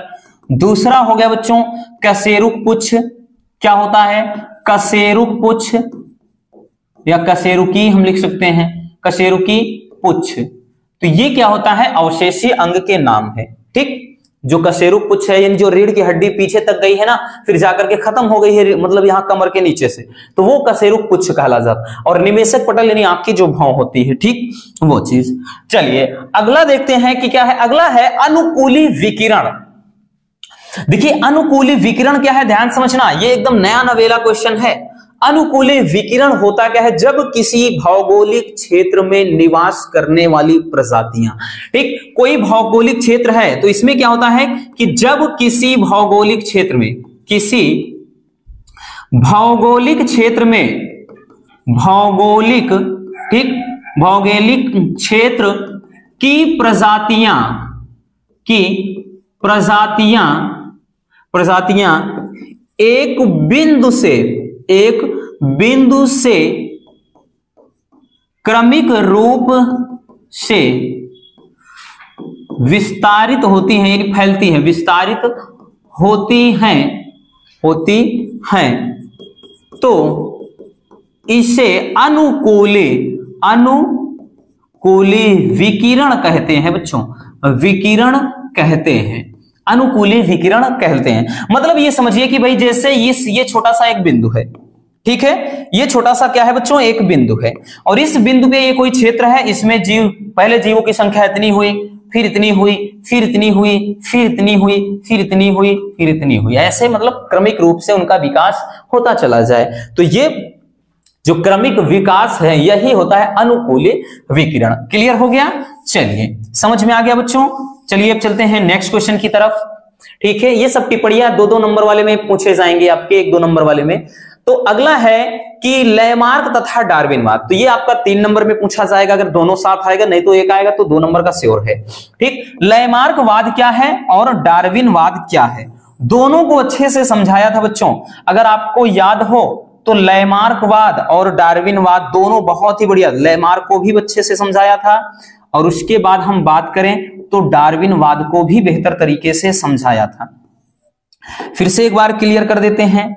देखिए लैमार्कवाद क्या कहता है, लैमार्कवाद यह कहता है कि कोई भी जीव जिस वातावरण में रहता है, मतलब जिस एटमॉस्फेयर में रहता है, उसी के अकॉर्डिंग उसमें परिवर्तन आता है, और वो परिवर्तन जो होता है यानी वो विभिन्नताएं धीरे धीरे उनके क्या है कि जो भी उनकी संतानें होती हैं उनमें पहुंच जाता है, और इससे धीरे धीरे एक नई जातियां यानी एक नई प्रजातियां, एक नई संतानें क्या है जन्म ले लेती हैं, ठीक। ये कहना होता है लैमार्कवाद का, लैमार्कवाद कहता है ये। डार्विनवाद क्या कहता है, तो डार्विनवाद ये कहता है कि संसार में, ठीक, जो पेड़ पौधे हैं और जीव जंतुओं की संख्या बहुत ज्यादा है, और जब इनकी संख्या बढ़ने लगती है तो इनके बीच क्या होता है संघर्ष होता है, यानी स्पर्धा होती है, समझो, ठीक है। अब भी स्पर्धा किसी भी प्रकार की हो सकती है, भोजन को लेकर के हो सकता है, ठीक है, जल को लेकर के हो सकता है, तो इस तरह से कि मतलब आवास को लेकर के हो सकता है। तो उस संघर्ष में जो जीव वातावरण के अनुकूल रहता है वो तो जिंदा रहता है, और जो नहीं रहता है वो मर जाता है, यानी प्रकृति खुद उनका चयन कर लेती है। ये क्यों कौन कहता है, डार्विनवाद, ठीक। तो इसमें क्या बताया बच्चों, इन्होंने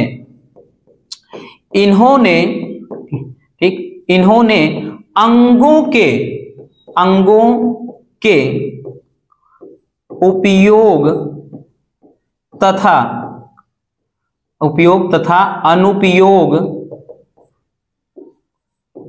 की बात किया था, ठीक, की बात की। इन्होंने कहा कि भाई वही चीज ना, कि इन्होंने ये बताया कि मौसम के कारण जो विभिन्नताएं होंगी, यानी जो उपार्जित लक्षण होते हैं वही उनकी संतान में रहेंगे और धीरे धीरे क्या है वो विकसित हो जाएंगे। तो इसका मतलब ये है कि लैमार्क ने ये बताया कि जिस अंग का ज्यादा प्रयोग किया जाएगा वो अंग विकसित रहेगा और जिसका उपयोग नहीं होगा वो तो नष्ट हो जाएगा।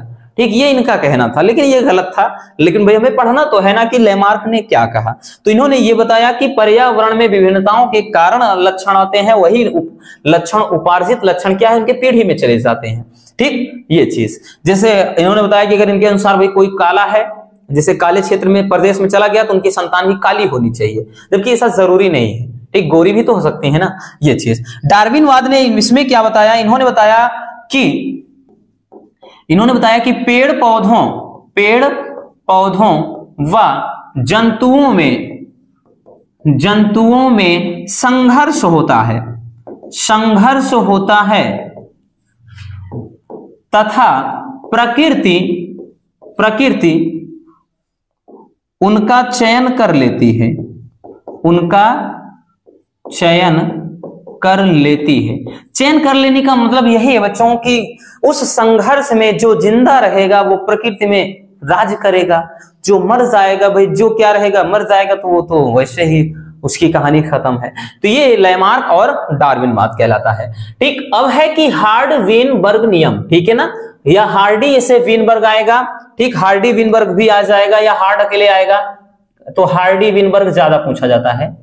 ठीक, हार्डी शुद्ध है, हार्डी वीनबर्ग नियम। देखिए हार्डी वीनबर्ग नियम कहता क्या है, तो हार्डी वीनबर्ग के इन्होंने ये कहा मेंडेलियन जो आबादी होती है उनके जीन ठीक क्या होते हैं, स्थिर रहते हैं। इन्होंने ये कहा, ठीक है ना, इसके अनुसार या इनके अनुसार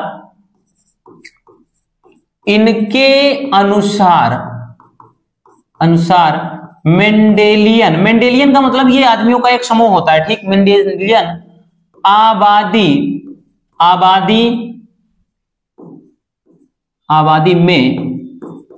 में कोई परिवर्तन तब तक नहीं होता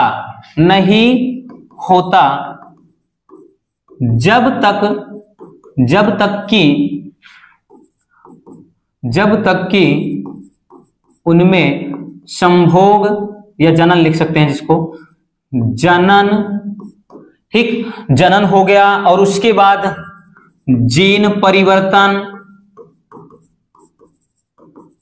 आदि ना हो। ठीक, तो ये कहलाता है मतलब हार्डी वीनबर्ग नियम। हार्डी वीनबर्ग नियम ये कहता है कि मेंडेलियन आबादी में, यानी जो ये मतलब मनुष्यों का एक समूह है, ठीक, उन्हीं में इन्होंने ये चीज किया कि इनके अनुसार जो मेंडेलियन आबादी है उनमें कोई भी परिवर्तन उनके जीन में, ठीक, मतलब वो जो जीन होते हैं वो एकदम स्थिर रहते हैं, अर्थात उनमें कोई परिवर्तन तब तक नहीं होता जब तक कि उनमें जनन जैसे जीन परिवर्तन मतलब और ऐसे लक्षण जो हैं, ठीक, उनमें कोई भी परिवर्तन ना हो तब तक उसमें कोई परिवर्तन नहीं होगा, यानी वो अस्थायी रहते हैं। ये कहलाता है हार्डी वीनबर्ग नियम। तो बच्चों ध्यान देना, विकास वाले चैप्टर से अवशेषी अंग, अनुकूली विकिरण, Lamarck Darwin, Hardy Weinberg, Stanley Miller, बहुत सारे ऐसे हैं जो हमने ऑलरेडी करवा चुके हैं। ठीक है ना, 5 से 6 हेडिंग इस चैप्टर का अच्छे से समझा दिया है। अगला है इंटरफेरॉन। इंटरफेरॉन ये भी बेहद ही ठीक लाजवाब टॉपिक है। देखिए इंटरफेरॉन होते क्या हैं, तो ये एक विषाणु युक्त प्रोटीन होते हैं। ठीक, प्रोटीन है, ये एक विषाणु युक्त प्रोटीन होते हैं। जब हमारे शरीर में कोई कोशिका क्या है संक्रमित होती है तो उसमें से ये प्रोटीन निकलता है, वही है इंटरफेरॉन। और इसका काम क्या है, तो जो रोग होते हैं शरीर में जितने रोगाणु होते हैं उनसे क्या करना, रक्षा करना, यानी उनको रोकना, इंटरफेयर कर देता है। इंटरफेयर से ही इंटरफेरॉन बना है। इंटरफेयर का मतलब हस्तक्षेप, मतलब हस्तक्षेप करना। ठीक है, जिस बोलते नहीं उंगली मत करो, उंगली, तो ये उंगली कर देता है। ठीक, ये विषाणु प्रोटीन होते हैं। तो यहां पर ध्यान देना कि लिखेंगे कि जब कोशिका संक्रमित होती है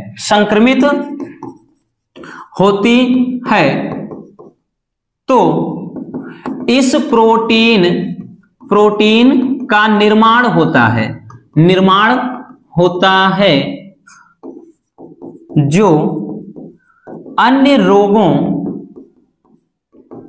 से रक्षा करती है, ठीक, रक्षा करती है, इसीलिए इसका नाम रखा गया है इंटरफेरॉन, इंटरफेयर कर देता है, ठीक है ना। तो इंटरफेयर समझ में आ गया, ये रोग वाले चैप्टर से है। अगला है बच्चों की डेंगू। अगला है कि डेंगू क्या है भाई, ठीक है। डेंगू बुखार किसे कहते हैं, या डेंगू बुखार पर संक्षिप्त टिप्पणी लिखने को पूछ लिया जाएगा। तो डेंगू बुखार, इसी को बच्चों कहते हैं हड्डी तोड़ बुखार। क्या बोलते हैं, हड्डी तोड़ बुखार, हड्डी तोड़ बुखार, हड्डी ही तोड़ देता है समझो, क्योंकि शरीर की जो जहां जहां पर ज्वाइंट होता है हड्डियां ना, मतलब जहां जहां पे जोड़ होते हैं उन जोड़ों में बहुत तेजी से दर्द होने लगता है, पूरे शरीर में जकड़न आ जाती है, पूरी शरीर इधर से उधर व्यक्ति क्या अंगड़ाइयां लेता है, इसीलिए कहते हैं हड्डी तोड़ बुखार। अब हड्डी तोड़ बुखार की बात करें बच्चों, तो ये किस जीवाणु के द्वारा होता है। हड्डी तोड़ बुखार की बात करें तो मतलब इसमें फ्लेवी वायरस होता है, ये फ्लेवी जीवाणु नहीं बल्कि फ्लेवी वायरस, फ्लेवी वायरस के द्वारा ये फैलता है डेंगू बुखार, फ्लेवी वायरस के द्वारा फैलता है। अब बात करें तो भाई इसका जो संक्रमण कैसे होता है, इसका संक्रमण होता कैसे है, तो ये संक्रमण किसका कैसे होता है, तो ये होता है मादा एडीज इजिप्टी, मादा एडीज इजिप्टी मच्छर के, मादा एडीज इजिप्टी मच्छर के काटने से ये होता है बच्चों, ध्यान से समझिएगा, ये मादा एडीज इजिप्टी मच्छर के काटने से होता है, इसमें फ्लेवी वायरस होता है, और ये संक्रमित हमने बताया ना कि ये संक्रमण इसी मादा एडीज मच्छर के द्वारा होता है, ठीक। अब इसमें लक्षण भाई अगर पूछा जाए तो सिर दर्द होता है, तेज बुखार होता है, भूख नहीं लगती है, भार में शरीर के भार में कमी हो जाती है, लक्षण हो गया। बचाव के उपाय आएगा तो आप लिख सकते हैं भाई मच्छरदानी, सोते वक्त मच्छरदानी का प्रयोग करना चाहिए, ठीक है। साफ मतलब जैसे क्या है कि भाई स्वच्छ जल का सेवन करना चाहिए, आसपास के जो कूड़ा करकट का ढेर है उनको साफ करना चाहिए, अगर कहीं पानी इकट्ठा है किसी गड्ढे में या नालियों में तो उसमें क्या है कीटनाशक का छिड़काव करना चाहिए, तो कुछ भी लिख सकते हो बचाव के उपाय में, क्लियर। अब देखिए इसी में एक होता है मलेरिया, मलेरिया की बात करें तो बच्चों वो कैसे फैलता है उसमें भी बताया, अगर याद हो तो मलेरिया में कौन सा वाहक होता है, मादा एनाफिलीज मच्छर, बट डेंगू में कौन सा होता है, मादा एडीज इजिप्टी मच्छर, ठीक है। चलिए तो समझ में आ गया इतना। चलिए बच्चों अब देखते हैं नेक्स्ट क्वेश्चन को, हमारा अगला क्वेश्चन क्या है, ठीक है। अगला क्वेश्चन देखते हैं, हमारा अगला क्वेश्चन है कि हाथी पांव या फील पांव कहता है बच्चों इसी को फील पांव भी कहता है, फील पांव, हाथी पांव या फील पांव या फिर फाइलेरिया बोलेगा भाई, चाहे जो बोलो, कुछ भी आ गया तो अपने को कंफ्यूजन नहीं होना चाहिए बच्चों, इतना याद रखना। हाथी पांव, ठीक, हाथी पांव होता क्या है, तो अगर हम बात करें तो ये एक बुचुरेरिया बैंक्रोफटाई, ठीक, बुचुरेरिया, बुचुरेरिया, देखिए कहीं कहीं बैंक्रोफ्टी लिखा होता है ऐसे, बैंक्रोफ्टी, ठीक, या बैंक्रोफटाई लिख लेंगे, बैंक्रो फटाई, या कहीं कहीं बैंक्रोफ्टी लिखा होता है, पहले भी बताया था इसके पहले। तो ये बुचुरेरिया बैंक्रोफटाई या बैंक्रोफ्टी के द्वारा होता है, ठीक। इसमें ये रोग जनक क्या होता है, बुचुरेरिया बैंक्रोफटाई, इसके द्वारा होता है। अब अगर हम हाथी पांव में बात करें बच्चों तो ये किसके कारण होता है, अगर इसमें वाहक पूछ लें तो इसका संक्रमण कैसे होता है, तो इसका संक्रमण किसके काटने से, इसमें मादा क्यूलेक्स मच्छर के काटने से, किसके, मादा क्यूलेक्स मच्छर के काटने से होता है।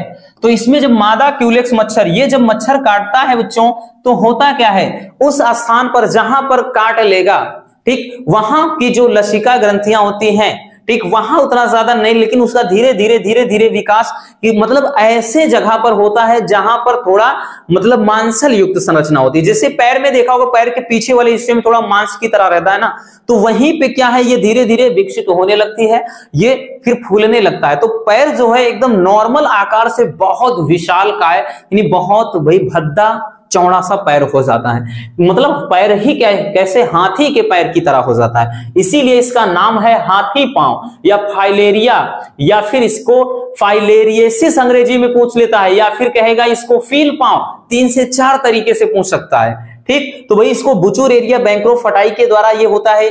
ठीक, ये इसमें रोगजनक है, इसके द्वारा ये फैलता है। बाकी अगर हम बताएं इसका संक्रमण कैसे होता है एक व्यक्ति से दूसरे में, तो ये मादा क्यूलेक्स मच्छर के काटने से होता है। ठीक, लक्षण में हमने बता ही दिया क्या क्या करना चाहिए। ठीक, चलिए अब देखते हैं अगला है क्वेश्चन प्रतिरक्षा। प्रतिरक्षा किसे कहा जाता है भाई?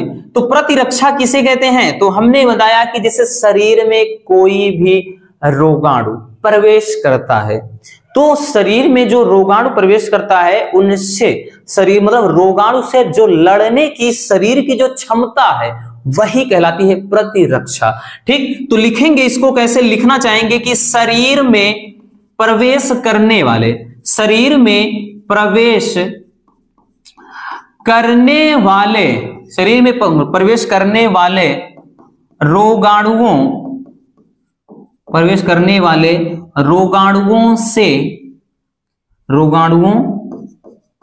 से, ठीक, शरीर में प्रवेश करने वाले रोगाणुओं से लड़ने, या रोगाणुओं को लिखेंगे से नहीं, रोगाणुओं को रोकने की जो क्षमता होती है, रोकने की क्षमता, रोकने की क्षमता को प्रतिरक्षा कहा जाता है। ठीक है, प्रतिरक्षा। अब प्रतिरक्षा में 2 प्रकार की प्रतिरक्षा होती है बच्चों। ठीक, यानी शरीर में 2 प्रकार से प्रतिरक्षा प्रदान की जाती है। एक तो होती है जन्मजात, अंतर भी बताए हैं भाई, जन्मजात प्रतिरक्षा, दूसरा उपार्जित प्रतिरक्षा। ठीक, उपार्जित प्रतिरक्षा। अंतर बच्चों साथ ही चैप्टर तक बताया गया, सारे इंपॉर्टेंट अंतर आगे ही हैं, पीछे 2-4 हैं। ठीक भाई, नहीं आ पाई वीडियो किसी कारण से तो उसको देख लेना बच्चों, जो 1-2 अंतर बचे हैं पीछे के, उसके लिए दिल से सॉरी की पार्ट 2 नहीं दे पाए। ठीक है, लेकिन देख लेना, बाकी इंपॉर्टेंट जितने आगे के हैं तो वो तो हमने दे ही दिया है। तो समझ में आ गया प्रतिरक्षा होता है। प्रतिरक्षा को अंग्रेजी में बोलते हैं इम्यूनिटी। क्या बोलते हैं बच्चों? इम्यूनिटी। तो ये जो इम्यूनिटी होता है, इम्यूनिटी जो होता है उसे बोलते हैं, इम्यूनिटी का मतलब शरीर की जो मतलब ये क्या है, रोगाणुओं से लड़ने की क्षमता, वो होती है इम्यूनिटी। बोलते ना तुम्हारी इम्यूनिटी कितनी मजबूत है। मजबूत का मतलब ये छोटे मोटे जो बीमारियां हैं ना, मेरा कुछ नहीं कर पाएंगे। ठीक है ना, उनको तो मैं ऐसे ही झाड़ू मारकर भगा दूंगा, बाकी कोई बड़ी बीमारी आएगी तब तो शरीर नहीं बर्दाश्त कर पाएगा। तो ये चीज, जैसे बुजुर्ग हैं तो भाई उनकी इम्यूनिटी डाउन हो जाती है, जो यूथ है जवान है तो उनके अंदर इम्यूनिटी जो है ज्यादा होती है। ठीक है, वही चीज। तो शरीर में प्रवेश करने वाले रोगाणुओं को रोकने की जो क्षमता है, किसके द्वारा? यानी शरीर के ही द्वारा, या शरीर में बहुत सारे ऐसे पदार्थ हैं उन्हीं के द्वारा, यानी जो रोगाणुओं को रोका जाता है, तो वो क्षमता कहलाती है क्या? इम्यूनिटी, यानी प्रतिरक्षा। 2 प्रकार से प्रतिरक्षा प्रदान की जाती है। एक तो जन्मजात, जो जन्म के समय से ही हमारे अंदर मौजूद है। एक तो त्वचा ही हो गई भाई, त्वचा ही, जैसे बाहर से कोई भी आएगा रोग, कोई भी क्या होता है कि भाई रोगाणु शरीर के बाहर आता है, टकराता है, तो त्वचा ही उसको रोक लेगी। फिर अंदर चली भी गई तो उसमें WBC अंदर है। जैसे किसी को चोट लग जाती है, मवाद बन जाता है, तो मवाद के रूप में बाहर जब निकालता है, कौन निकालता है? WBC। ठीक, व्हाइट ब्लड कार्पल्स, यानी जो श्वेत रक्त कणिकाएं होती हैं। तो ये जन्मजात भी हो गया। एक और जैसे लार हो गया, तो भाई लार में भी जो कीड़े, मतलब जैसे बाहर से कोई अगर आ गया, ठीक, कोई ऐसे रोगाणु जनक जो शरीर में भाई भोजन के साथ या वैसे ही मुंह में चला गया, तो लार ही उसको मार देगी। ठीक, तो ये सबके सब जन्मजात प्रतिरक्षा में आते हैं। अब उपार्जित प्रतिरक्षा में कौन आते हैं बच्चों? तो इसमें हमने बताया था ना, जैसे इसमें भाई जो टीका वगैरह लगता है, ठीक, जैसे प्रतिरक्षा इसमें जो टीका लगता है, तो उपार्जित प्रतिरक्षा में जो टीका लगता है वो सब होते हैं। जो टीका होता है ना, चेचक का टीका जैसे लग गया तो वो है, पोलियो का टीका लग गया वो हो गया। अब अगला है टीकाकरण। टीकाकरण किसे कहते हैं? तो सूक्ष्म जीवों द्वारा तैयार किए गए, सूक्ष्म जीवों द्वारा तैयार किए गए वे रासायनिक उत्पाद या पदार्थ जिन्हें शरीर में इंजेक्शन द्वारा प्रवेश कराया जाता है, उसको बोलते हैं, ठीक है ना, यानी उस प्रक्रिया को कहते हैं टीकाकरण। ठीक, तो टीकाकरण में होता क्या है? तो इसमें हमने बताया बच्चों, सूक्ष्म जीवों द्वारा तैयार पदार्थ को ठीक इंजेक्शन के माध्यम से, इंजेक्शन के द्वारा, ठीक यानी सूक्ष्म जीवों द्वारा तैयार किए गए कि मतलब तैयार पदार्थ को इंजेक्शन के द्वारा शरीर में प्रवेश कराने, शरीर में प्रवेश कराने की प्रक्रिया, शरीर में प्रवेश कराने की प्रक्रिया को टीकाकरण कहते हैं, टीकाकरण कहते हैं, ठीक टीकाकरण कहते हैं। तो भाई सबसे पहले टीके की खोज किसने किया था? आई होप कि आप सबको भी पता होगा बच्चों, अधिकांश स्टूडेंट जानते हैं टीके की खोज किसने किया था। तो सर्वप्रथम जो खोज किया था किसने भाई? चेचक के टीके की खोज हुई थी, चेचक का टीका। तो सर्वप्रथम चेचक के टीके की खोज हुई थी। अब किसने किया था अगर क्वेश्चन आ गया तो भाई एडवर्ड जेनर ने, एडवर्ड जेनर नामक वैज्ञानिक ने, है ना। आप सबको भी पता होगा कि एडवर्ड जेनर नामक वैज्ञानिक ने चेचक के, जिसको चिकन पॉक्स भी कहा जाता है, इसी को बच्चों चेचक को छोटी माता भी कहा जाता है, तो इसके चेचक मतलब टीके की खोज किया था। ठीक, अगला क्वेश्चन है बायोगैस क्या है? बायोगैस क्या है? तो भाई बायोगैस हमको पता है बच्चों, आप सबको भी मालूम होगा कि बायोगैस किसे कहते हैं। तो यह विभिन्न प्रकार के गैसों का मिश्रण होता है। ठीक, ये क्या है? विभिन्न गैसों का मिश्रण होता है, मिश्रण होता है। ठीक, विभिन्न प्रकार के गैसों का मिश्रण होता है जो कृषि उत्पाद या ठीक जानवर के मलमूत्र से प्राप्त, ठीक से प्राप्त होती है। ठीक है, ठीक यानी जो बायोगैस है, जो जैव गैस है, कैसे बनती है? तो भाई ये जो कृषि उत्पाद यानी जो खेतों में होता है, जो कूड़ा करकट जो होता है उससे, या फिर जो जानवर हैं, गाय भैंस है, तो उनका जो मल मूत्र होता है, ये गोबर कह लें, सीधी सी बात, क्योंकि बायोगैस को गोबर गैस भी कहा जाता है, जैव गैस भी कहते हैं। तो उसके जो मल मूत्र से क्या है, ठीक उसी से बनता है। और इसमें अगर हम बात करें बच्चों, तो इसमें जो प्रमुख गैस है, इसका जो प्रमुख घटक है, तो प्रमुख घटक कौन सा है? तो वो है मेथेन। इसमें प्रमुख घटक कौन सा है? मेथेन। सबसे अधिक इसमें मेथेन होता है। और किसके द्वारा मेथेन उत्पन्न होता है? तो गोबर में, जैसे मेथेनोबैक्टीरियम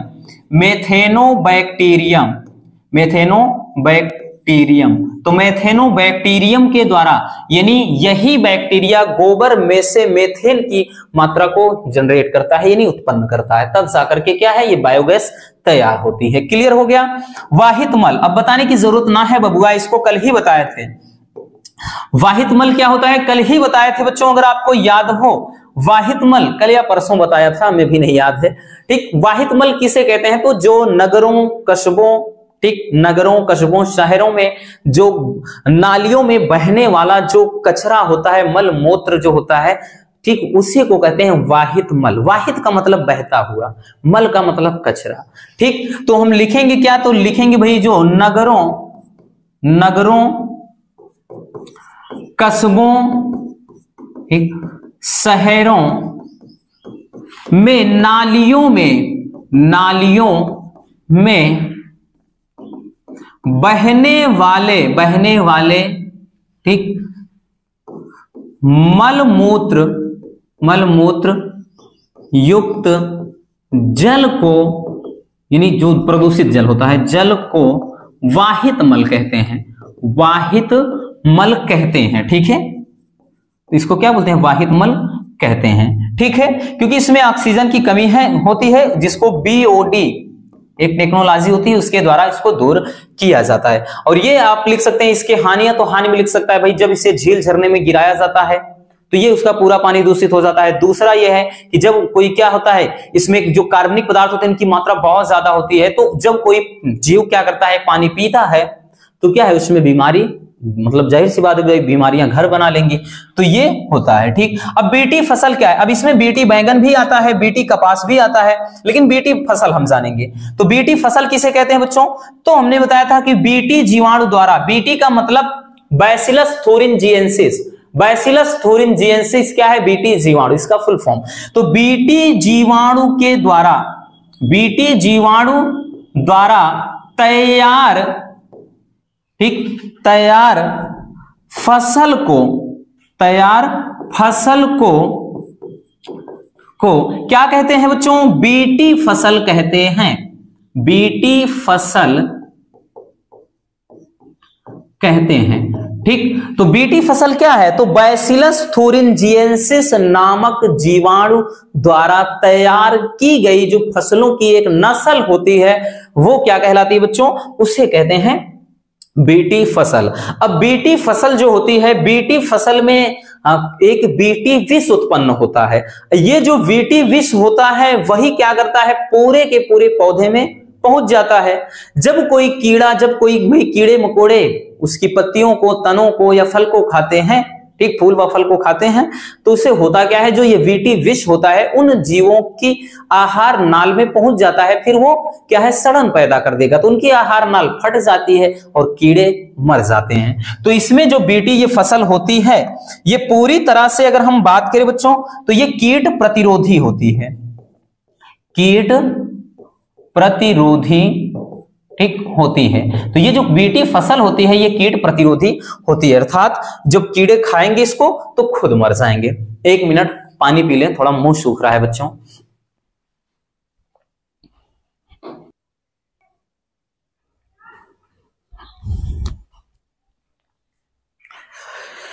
हो गया। चलिए हम चलते हैं नेक्स्ट क्वेश्चन की तरफ। हमारा अगला क्वेश्चन है बच्चों, जैविक खाद क्या है? या इसी को बच्चों बोलेगा जैव उर्वरक, इसी को कहता है जैव उर्वरक। क्या बोलता है? जैव उर्वरक, ठीक। जैव उर्वरक या फिर जैविक खाद किसे कहते हैं? तो ये क्या होते हैं? जैव उर्वरक या फिर हम कह रहे हैं बच्चों, ठीक, जैविक खाद होते क्या है? तो ये नाइट्रोजन युक्त ऐसे सूक्ष्म जीव होते हैं जो पौधों की उपज को बढ़ा देते हैं, जो मतलब फसलों की उपज को बढ़ा देते हैं, या फिर कह लें मिट्टी की उर्वरक क्षमता को बढ़ाते हैं, ठीक। ये कहलाते हैं जैविक खाद। तो लिखेंगे कि क्या लिखेंगे कि बच्चों ये ऐसे सूक्ष्म जीव, ऐसे सूक्ष्म जीव जो क्रिया विधि द्वारा, मतलब जो अपनी क्रियाकलाप द्वारा या क्रिया विधि द्वारा, ठीक, मतलब आंतरिक क्रिया विधि होती है किसमें? जैसे अंदर हमने बताया ना नाइट्रोजन युक्त, तो ये सूक्ष्म जीव होते हैं जैसे गोबर में भी पाए जाते हैं। तो ऐसे सूक्ष्म जीव जो क्रिया विधि द्वारा, ठीक,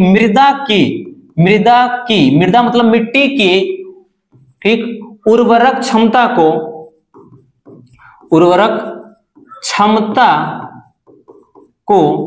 बढ़ा देते हैं, ठीक। उन्हें क्या कहते हैं? उन्हें जैविक खाद कहा जाता है, जैविक खाद कहते हैं, ठीक है। ये क्या होते हैं बच्चों? जैविक खाद होते हैं। अब ध्यान देना, जैविक जो खाद होते हैं ये करते क्या है? तो भाई हमने बताया ना कि ये पौधों के मतलब क्या है, जैसे पौधों की वृद्धि व विकास में सहायक। आप बढ़ा चढ़ाकर इसका लिखना चाहेंगे तो बहुत ज्यादा लिख सकते हैं। तो लिखेंगे कि भाई ये नाइट्रोजन युक्त सूक्ष्म जीव होते हैं जो क्रिया विधि द्वारा मृदा या मिट्टी की उर्वरक क्षमता को क्या करते हैं? बढ़ा देते हैं। इससे पौधों का वृद्धि व विकास होता है। फिर कभी कभार पूछता है कि इसका रासायनिक खादों से भाई कंपेयर करना है, तुलना करना है, तो लिखेंगे कि भाई ये रासायनिक खादों की अपेक्षा क्या होते हैं? सस्ते होते हैं, ठीक है। ये रासायनिक खादों की अपेक्षा सस्ते होते हैं, जबकि रासायनिक खाद क्या महंगे होते हैं और धीरे धीरे मिट्टी को बंजर बना देते हैं, जबकि जैविक खाद ऐसा बुरा प्रभाव नहीं डालते हैं, ठीक है। इनका असर धीरे धीरे होता है, लेकिन ये क्या है? मिट्टी के लिए बहुत ही उपयोगी होते हैं। जैसे में बच्चों हमने बताया था बहुत सारे एग्जाम्पल, जैसे राइजोबियम, जिसे राइजोबियम हो गया, माइकोराइजा हो गया, ठीक है ना, एनाबीना हो गया, नॉस्टॉक हो गया, तो ये सबके सब क्या है, ये जैविक खाद यानी नाइट्रोजन युक्त सूक्ष्म जीव है। ये एक प्रकार के सूक्ष्म जीवाणु होते हैं, ठीक। जैसे माइकोराइजा वगैरह भी पूछा जाता है, ये पौधों और जैसे मिट्टी के बीच का जो संबंध होता है वो जिससे बनता है यानी जीव बनाते हैं वही माइकोराइजा है। तो एक प्रकार का सब सूक्ष्म जीव है, इतना याद रखना।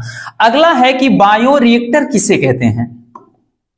बायोरिएक्टर किसे कहा जाता है, तो बताए थे बच्चों बायोरिएक्टर क्या है, ठीक। यह एक बड़ा मतलब पात्र होता है, एक बर्तन, ठीक। यह एक क्या है, पात्र होता है जिसके अंदर जो कोई भी जैसे मनुष्य हो गया, जीव जंतु हो गया या पादप कोशिकाओं का संवर्धन करके कच्चे माल के रूप में उनका प्रयोग किया जाता है और उससे कोई उत्पाद तैयार करते हैं। तो वो जो पात्र होता है, वो जो बर्तन होता है वो बायोरिएक्टर कहलाता है। और बायोरिएक्टर में सबसे ज्यादा उपयोगी जो है, सबसे ज्यादा अधिक उपयोग में लाया जाने वाला जो बायोरिएक्टर है वो कौन सा है, तो वो है वीडोलक हाउस, ठीक है। तो हमने बताया कि यह एक विस्तृत पात्र होता है, पात्र या बर्तन होता है जिसमें, ठीक, जिसमें हमने बताया ना कि जैसे मनुष्य, ठीक, या अन्य कोई जीव हो गया या पादप कोशिका हो गया, पादप कोशिका को कच्चे माल के रूप में, कच्चे माल के रूप में प्रयोग करके क्या करते हैं, कोई उत्पाद बनाते हैं, उत्पाद बनाते हैं, ठीक है ना, उत्पाद बनाते हैं। तो वो क्या होता है बच्चों, बायोरिएक्टर होता है, ठीक। फिर उसमें बताया था बच्चों जो वीडोलक हाउस है, वीडोलक हाउस सबसे उपयोगी बायोरिएक्टर है, बायोरिएक्टर है। तो वीडोलक जो हाउस है वो सबसे अधिक उपयोग में लाया जाने वाला क्या है बच्चों, ठीक, क्या है, बायोरिएक्टर है, ठीक। अगला है कि प्रतिबंधन एंजाइम किसे कहते हैं। तो इस चैप्टर में ऑलरेडी बहुत सारे अदर हेडिंग भी हमने बताया है। जैसे बच्चों अगर हम बात करें तो जिसमें क्या कहते हैं, जिससे इसमें एक आता है ना कि पीसीआर आता है, ठीक। पीसीआर के साथ साथ में लाइगेज भी आता है, बाकी प्रतिबंधन एंजाइम भी है। तो देखिए प्रतिबंधन एंजाइम होता क्या है, तो प्रतिबंधन एंजाइम यह एक, हमने बताया कि यह एक ऐसा एंजाइम है, एक ऐसा एंजाइम है जो क्या करता है बच्चों, जो डीएनए को काटता है, जो डीएनए को काटता है। और इसे क्या कहते हैं, तो इसे आणविक कैंची भी कहा जाता है, आणविक कैंची भी कहा जाता है, इसे आणविक कैंची भी कहा जाता है, ठीक है, मॉलिक्यूलर सीजर कहा जाता है। क्लियर हो गया। तो ये होता है प्रतिबंधन एंजाइम। अगला अगर देखें बच्चों क्या है, प्लाज्मिड। प्लाज्मिड होता क्या है, ध्यान से समझिएगा। प्लाज्मिड किसे कहते हैं, तो प्लाज्मिड बच्चों, तो ये डीएनए जो होता है, ये डीएनए से भिन्न एक सूक्ष्म डीएनए अणु होता है प्लाज्मिड, ठीक। यह क्या होता है, यह डीएनए से भिन्न एक सूक्ष्म डीएनए अणु होता है, एक सूक्ष्म डीएनए अणु होता है, ये डीएनए से भिन्न एक सूक्ष्म डीएनए अणु होता है जो क्या करता है बच्चों, जो अपनी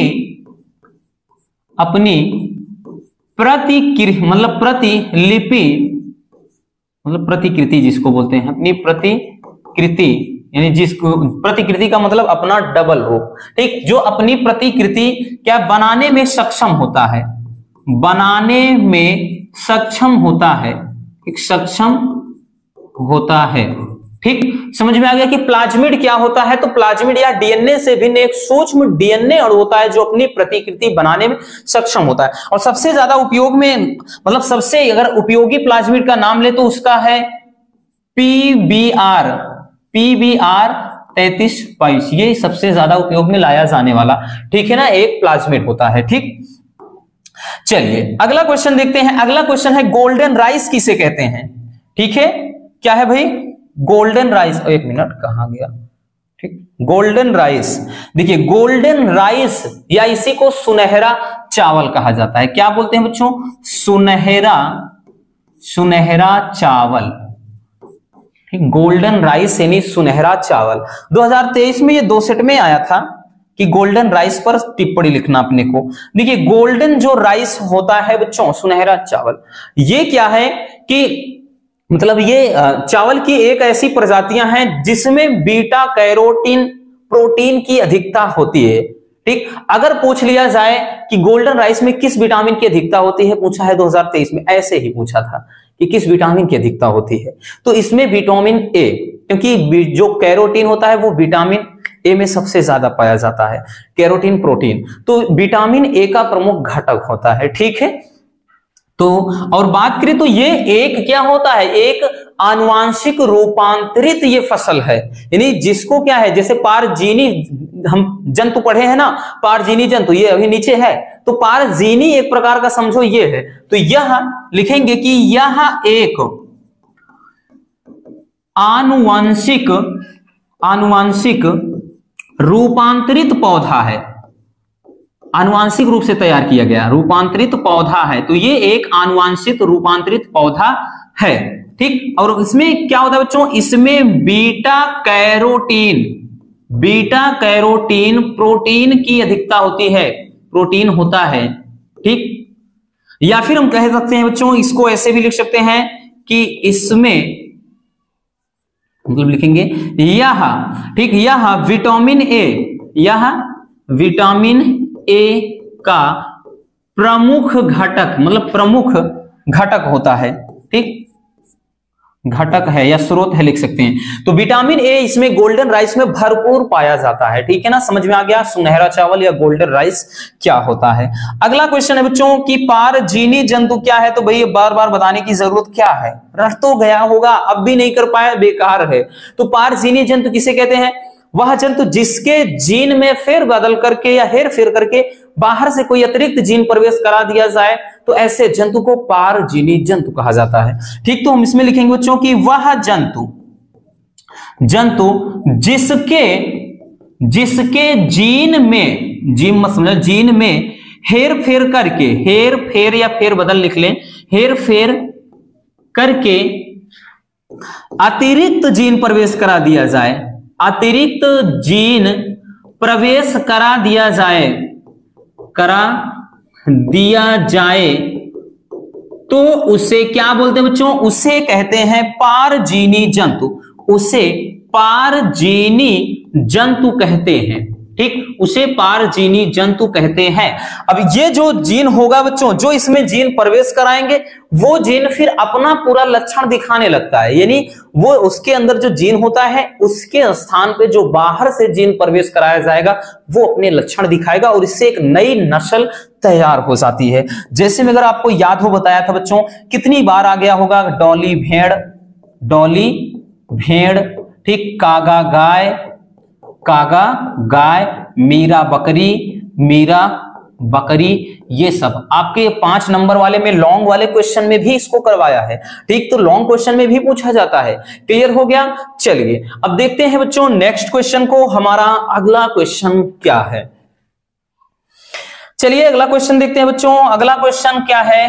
क्वेश्चन नंबर 34। वैसे तो भाई 3 बढ़कर ही है, हमने बताया ना कि 3 को तो दोबारा लिख दिया। ठीक, वैसे देखेंगे तो भाई ये 35, 36 यानी 37, 38वां नंबर होगा। तो बायोपायरेसी क्या है? तो बायोपायरेसी भाई हमने बताया ना, ये इंटरनेशनल लेवल पर एक प्रकार की चोरी मान लो, बस और कुछ ना है। ठीक, बायोपायरेसी किसे कहते हैं? बायोपायरेसी होता क्या है बच्चों? तो बायोपायरेसी में सुनिएगा, हमने क्या बताया था कि जब कोई अंतरराष्ट्रीय संगठन या फिर कोई मल्टीनेशनल कंपनियां किसी मतलब या फिर कोई देश किसी दूसरे देश के संगठन, मल्टीनेशनल कंपनियां या फिर उस देश के बिना अनुमति के जैविक संसाधनों का क्या करता है? उपयोग करता है, मतलब एक बड़े स्तर पर। ठीक है, वहां मतलब क्या है? जैविक संसाधनों का क्या करता है? उपयोग करता है, यानी बिना उनकी अनुमति के। तो ये क्या कहलाता है? बायोपायरेसी कहलाता है। ठीक है ना, बायोपायरेसी। तो बायोपाइरेसी में हमने बताया ना कि जैसे इसमें क्या होता है कि भाई कि किसी देश या फिर किसी संगठन, ठीक, या फिर हमने बताया कि मल्टीनेशनल कंपनियां, ठीक, दूसरे देश या फिर संगठन या फिर वही चीज मल्टीनेशनल कंपनियों के बिना अनुमति के क्या करती हैं, जो संसाधनों का उपयोग करते हैं तो वो क्या कहलाता है बच्चों, तो वही हो जाता है बायोपाइरेसी। ठीक, ये क्या कहलाता है, बायोपाइरेसी। जैसे हमने बताया ना कि भाई क्या है, बासमती की अपने भारत में बहुत समय पहले से ये मतलब हो गया था, लेकिन अगर जैसे कोई देश बोल देता है कि भाई बासमती हमने तैयार किया गया है, हमने इसको खोजा, हमने इसको क्या है एक बड़े स्तर पर, बड़े पैमाने पर हमने उजागर किया, तो ये हो जाता है बायोपाइरेसी। क्लियर हो गया? ठीक है, चलिए अगला क्वेश्चन क्या है बच्चों, अगला क्वेश्चन है मानव इंसुलिन। अब मानव इंसुलिन की बात करें तो मानव इंसुलिन किसे कहते हैं, तो देखिए मानव इंसुलिन होता क्या है बच्चों, तो भैया हमारे अंदर यानी मनुष्य के शरीर में जैव प्रौद्योगिकी द्वारा अगर हम बात करें तो ये स्वास्थ्य के क्षेत्र में भी एक क्या है कदम उठाया गया, जिसमें से आता है एक मानव इंसुलिन। मानव इंसुलिन अगर हम बात करें तो ये मनुष्य के अंदर इंसुलिन होता कहाँ है, तो इसको बनाया भी गया था। ठीक, सर्वप्रथम ये गाय से बनाया गया, तो यानी गाय की अगर हम बात करें तो उसके अंदर यानी जो पार्ट होते हैं, जो अग्नाशय वगैरह वहां से निकाले गए थे। ठीक, लेकिन वैसे देखें तो हमारे बॉडी में भी ये होता है। तो मानव इंसुलिन क्या है बच्चों, मानव इंसुलिन यह क्या होता है हमारे शरीर में, अगर हम बात करें हमारे शरीर में जो अग्नाशय होता है, ठीक, जो पैनक्रियाज होता है, अग्नाशय होता है, उसमें होता है। हमने बताया था अगर आपको याद हो लैंगरहैंस की दूपिकाएं, उसमें बीटा कोशिकाएं होती हैं, बीटा कोशिकाओं में ही इंसुलिन का स्राव होता है, और ये जब इंसुलिन अल्प स्राव होता है यानी इंसुलिन कम स्रावित होने लगता है तो इससे बीमारी हो जाती है। क्यों? क्योंकि ये ग्लूकोज को नियंत्रित करता है। अगर यही कम स्रावित होगा हमारे बॉडी में ग्लूकोज की मात्रा ज्यादा हो जाएगी। अब ज्यादा हो जाएगी, इससे रोग हो जाता है जिसको बोलते हैं मधुमेह या फिर डायबिटीज। ठीक है, तो यह मनुष्य के, ठीक, यह मनुष्य के अग्न्याशय, ठीक, अग्नाशय में, ठीक, अग्नाशय में हमने बताया था लैंगरहैंस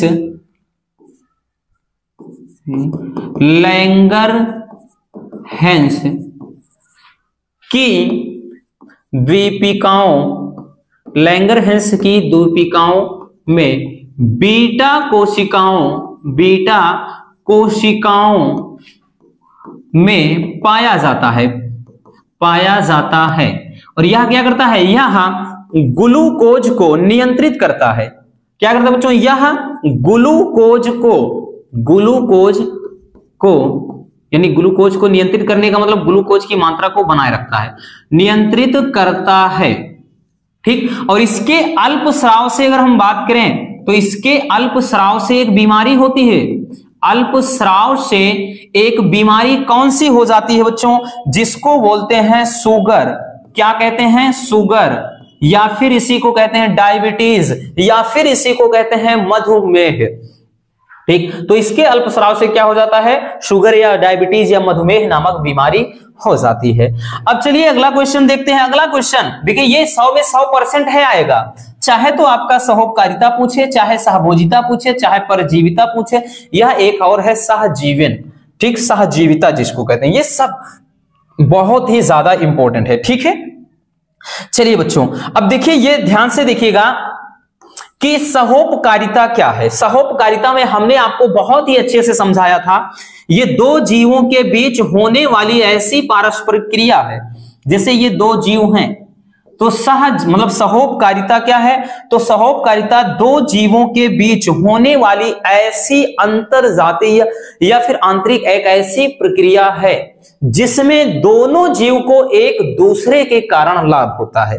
तो उस संबंध को क्या कहते हैं बच्चों, तो उस संबंध को कहते हैं सहोपकारिता। ठीक, सह का मतलब साफ, उपकार का मतलब उपकार कर देना, ठीक, भला कर देना। तो दूसरे, एक दूसरे के कारण दोनों का भला हो, दोनों का लाभ हो, ठीक। तो इस जीव के द्वारा अगर इस जीव को लाभ होता है और दूसरे जीव के द्वारा भी इसको क्या होता है, ठीक, मतलब जैसे पहले के द्वारा दूसरे को हो लाभ और इस दूसरे जीव द्वारा पहले को भी लाभ हो, तो इस संबंध को कहा जाता है सहोपकारिता। जैसे हमने बताया ना कि जैसे कोई पौधा है, एक और पौधे में जैसे शैवाल, कोई प्लांट्स हो गया, शैवाल, इनके बीच का संबंध। तो जब ऐसे लिखेंगे कि सहोपकारिता दो जीवों के बीच मतलब ऐसा संबंध होता है जिसमें एक दूसरे जीव को दोनों के कारण लाभ हो, ठीक। या फिर हम लिख सकते हैं कि सहोपकारिता मतलब यह एक ऐसा संबंध होता है जिसमें एक जीव के कारण दूसरे को भी लाभ होता है और दूसरे जीव के कारण पहले वाले जीव को भी लाभ होता है, यानी दोनों को एक दूसरे के कारण लाभ हो, तो उस संबंध को कहेंगे बच्चों सहोपकारिता, ठीक है। अब दूसरा क्या है भाई, अगला है, तो ये है सहभोजिता। सहभोजिता लिखा है, भोजिता होता है, ऐसे मात्रा छोटी कर रहेगा, सहभोजिता। तो इसमें क्या होता है बच्चों, इसमें भी वही चीज, सेम प्रोसेस होता है कि इसमें भी दो जीवों के बीच रहेगा स्पर्धा, इसमें भी दो जीव होते हैं, लेकिन इसमें सिस्टम थोड़ा उल्टा होता है। इसमें होता क्या है बच्चों कि सहजीविता एक ऐसा संबंध है, दो जीवों के बीच होने वाला ऐसा संबंध या दो जीवों के बीच का ऐसा संबंध जिसमें एक जीव के कारण दूसरे को क्या होता है बच्चों, लाभ होता है, ठीक, और दूसरे जीव को, ठीक है, मतलब एक जीव को तो लाभ होता है भाई, जिसको इसको क्या है, इसके कारण लाभ होगा, लेकिन ये जो दूसरा जीव है इसको इसके द्वारा ना लाभ हो और ना हानि हो, ठीक है। तो ये क्या हो जाता है, तो ये हो जाता है आपका सहभोजिता, मतलब इस वाले जीव को तो लाभ होता है बच्चों और इस वाले जीव को ना लाभ ना हानि, ठीक, समझ में आ गया। सहभोजिता यानी दो जीवों के बीच पाया जाने वाला ऐसा संबंध जिसमें एक जीव को तो लाभ होता है और दूसरे जीव को ना लाभ ना हानि होता है। अगर याद हो रसगुल्लों, तो हमने एक बहुत ही दमदार एग्जाम्पल बताया था आपको, अगर आपको पता हो कौन सा वो एग्जाम्पल है, याद आया कुछ, तो हमने बताया था बच्चों जैसे आम और आर्किड के बीच संबंध, आम और आर्किड के बीच संबंध याद आया ना। तो भाई आर्किड को तो लाभ होगा क्योंकि आम के पेड़ पर उगता है, जबकि आम को ना लाभ होगा ना हानि। और दूसरा एक एग्जाम्पल बताया था बच्चों जैसे बारनेकल और व्हेल मछली, इसको भी तो बताया था। तो इसमें व्हेल को तो ना लाभ है ना हानि है, लेकिन बारनेकल को तो लाभ ही लाभ है क्योंकि ये व्हेल मछली के ऊपर ही चिपका रहता है, ठीक। अब अगला है कि परजीविता क्या है, परजीविता किसे कहते हैं, तो परजीविता होता क्या है बच्चों, देखिए परजीविता में भी सेम प्रोसेस, इसमें भी एक जीव यहां पर हो गया, दूसरा जीव ये हो गया, तो दो जीवों के बीच, इसमें भी वही प्रोसेस कि दो जीवों के बीच होने वाला ऐसा संबंध, ठीक, जिसमें एक जीव को लाभ होता है और दूसरे को ना लाभ ना हानि, ठीक। तो एक जीव को क्या है भाई, इसको तो इसके कारण क्या है लाभ होगा और इस वाले को भाई इसके कारण ना लाभ, सॉरी मतलब लाभ नहीं, जबकि इसके कारण इसको हानि होती है, ठीक, इसको क्या हो, हानि हो। समझ में आ गया। तो ये हो जाता है आपका, क्या हो जाता है, परजीविता, मतलब दो जीवों के बीच ऐसा संबंध जिसमें एक जीव को दूसरे के कारण लाभ होता है जबकि दूसरे जीव को हानि होती है, तो वो होता है क्या, परजीविता। जैसे अगर हम बात करें कि भाई परजीविता में जैसे हो गया जूं और मनुष्य के बीच संबंध, तो भाई जूं को तो लाभ ही लाभ है क्योंकि वो क्या है, खून चूस रही है, बल्कि भाई अगर जबकि हम देखें मनुष्य को क्या हानि है। इसी तरह से भाई इसमें और आ जाता है आपका जैसे खटमल वगैरह हो जाता है, खटमल वाला होता है, ठीक। इसी तरह से मच्छर भी हो जाता है, मच्छर और व्यक्ति के संबंध, तो ये सब संबंध क्या हो जाएगा भाई, खटमल को लाभ होगा, वो खून पिएगा, आदमी को हानि है, नुकसान है, ठीक, उसका खून जाएगा। मच्छर ऐसा हो गया तो मनुष्य को तो लाभ, सॉरी हानि है, मच्छर को तो लाभ होगा, ठीक। तो ये हो जाता है परजीविता। अगला क्वेश्चन है बच्चों प्रतिस्पर्धा या फिर अस्पर्धा किसे कहते हैं। देखिए अस्पर्धा होता क्या है कि जब क्या होता है बच्चों कि दो या दो से अधिक जीवों के बीच एक ही संसाधन के लिए क्या हो, संघर्ष हो यानी लड़ाई हो, तो वो प्रक्रिया कहलाती है अस्पर्धा। अस्पर्धा दो प्रकार का होता है, एक अंतरजाति एक अंतराजाति। अगर पूछ लिया कारण भी अंतर दोनों का अलग अलग। अंतरजाति का मतलब जब एक ही जाति के बीच हो, जैसे कुत्ते कुत्ते में ही हो जाए, बिल्ली बिल्ली में हो जाए, मनुष्य मनुष्य में हो जाए, तो वो अंतरजाति। अंतराजाति का मतलब जब विभिन्न प्रकार के जीवों के बीच, जैसे मनुष्य और जानवर के बीच हो जाए, ठीक है ना, पेड़ पौधों और जीव कोई अदर जीव है उनके बीच हो जाए, तो ये होता है अंतराजाति। उसमें भिन्न भिन्न प्रजातियां होती हैं, ठीक। लेकिन यहां पे हमें देखना है कि प्रतिस्पर्धा होता क्या है। तो प्रतिस्पर्धा हमने बता दिया, क्या लिखेंगे बच्चों, प्रतिस्पर्धा में लिखेंगे, इसमें हमने बताया कि जब दो या दो से अधिक जीवों के बीच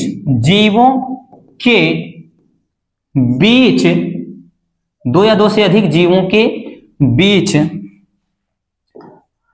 संसाधन को लेकर के, संसाधन, अब जैविक संसाधन हो सकते हैं, जैसे संसाधन को लेकर, ठीक, संघर्ष होता है तो उसे स्पर्धा कहते हैं। तो उसे क्या कहते हैं बच्चों, स्पर्धा कहते हैं। अब इसमें संघर्ष होगा, स्पर्धा होगा तो किस चीज को लेकर के, इसमें भाई क्या है, निवास को लेकर के होगा, रहने को, भाई जीवों के बीच लड़ाई झगड़ा होगा कि मैं रहूंगा, वो कहेगा मैं रहूंगा नहीं, तो निवास के लिए हो सकता है। और जैसे भोजन को लेकर के हो सकता है, भाई खाने को लेकर के ही तो हो रहा है जीवों में, भाई जिसको भोजन मिल रहा है वो तो जिंदा है, जिसको नहीं मिल रहा है वो मर जाएगा। तो भोजन को लेकर के हो सकता है, भाई निवास हो गया, भोजन हो गया, जल हो गया, इन सबको लेकर के ही तो स्पर्धा शुरू होता है बच्चों। इसी सबको लेकर लड़ाई होता है जीवों के बीच में, ठीक। तो ये हो जाता है स्पर्धा। क्लियर हो गया बच्चों। चलिए अब चलते हैं हम नेक्स्ट क्वेश्चन की तरफ। चलिए हमारा अगला क्वेश्चन है भाई, अगला क्वेश्चन क्या कह रहा है कि उत्पादक किसे कहते हैं, ठीक है। उत्पादक होता क्या है, देखिए उत्पादक है क्या, उत्पादक ये आपका जो पारिस्थितिक तंत्र वाला पर्यावरण वाला चैप्टर नया ऐड हुआ है उसमें से है। उत्पादक क्या है बच्चों, तो देखिए हरे पेड़ पौधे, ठीक। तो उत्पादक में आएगा भाई कि ऐसे जीव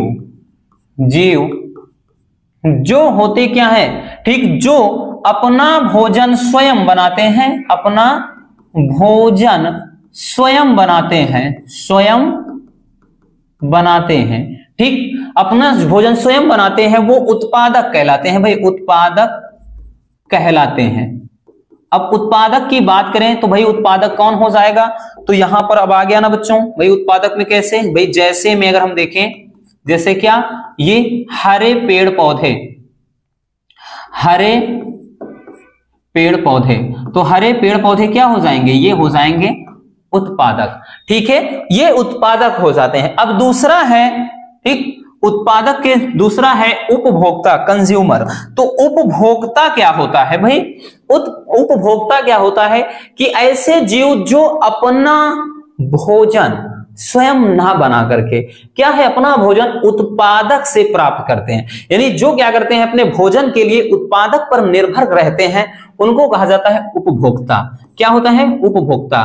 तो भाई इसमें लिखेंगे कि ऐसे जीव जो, ठीक, अपना भोजन उत्पादक से प्राप्त करते हैं, उत्पादक से बच्चों प्राप्त करते हैं, उन्हें उपभोक्ता कहते हैं, उपभोक्ता कहते हैं। अब देखिएगा उपभोक्ता में भी हम बात करें बच्चों, इसमें कई कैटेगरियां हैं।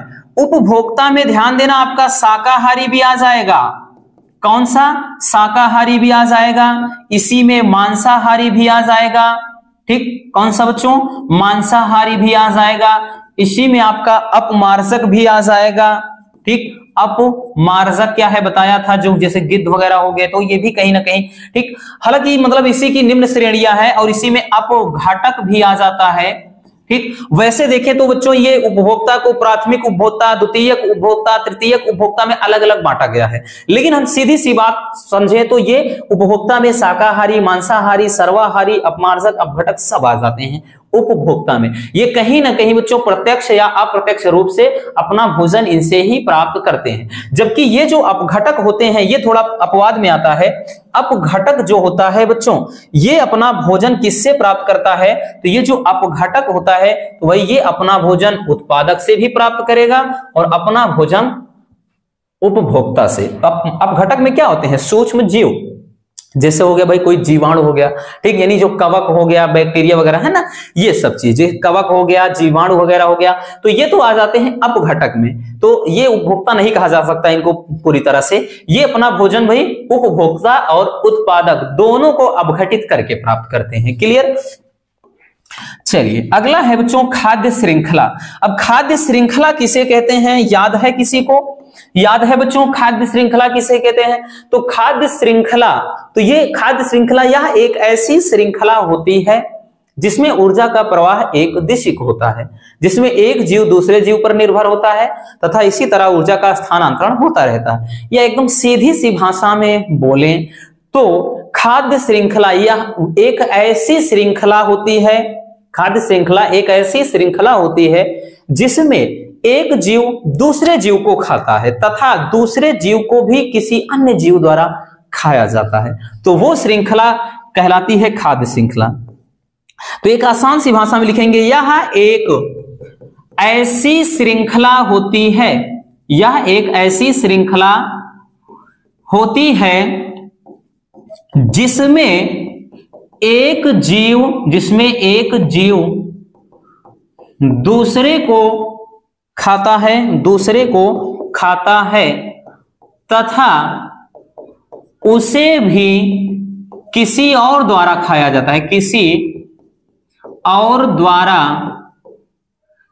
उसे भी किसी और द्वारा खाया जाता है। तो इससे जो बच्चों एक श्रृंखला बनती है उसे ही कहते हैं खाद्य श्रृंखला। अगर खाद्य श्रृंखला देखें तो सबसे पहले आता है उत्पादक।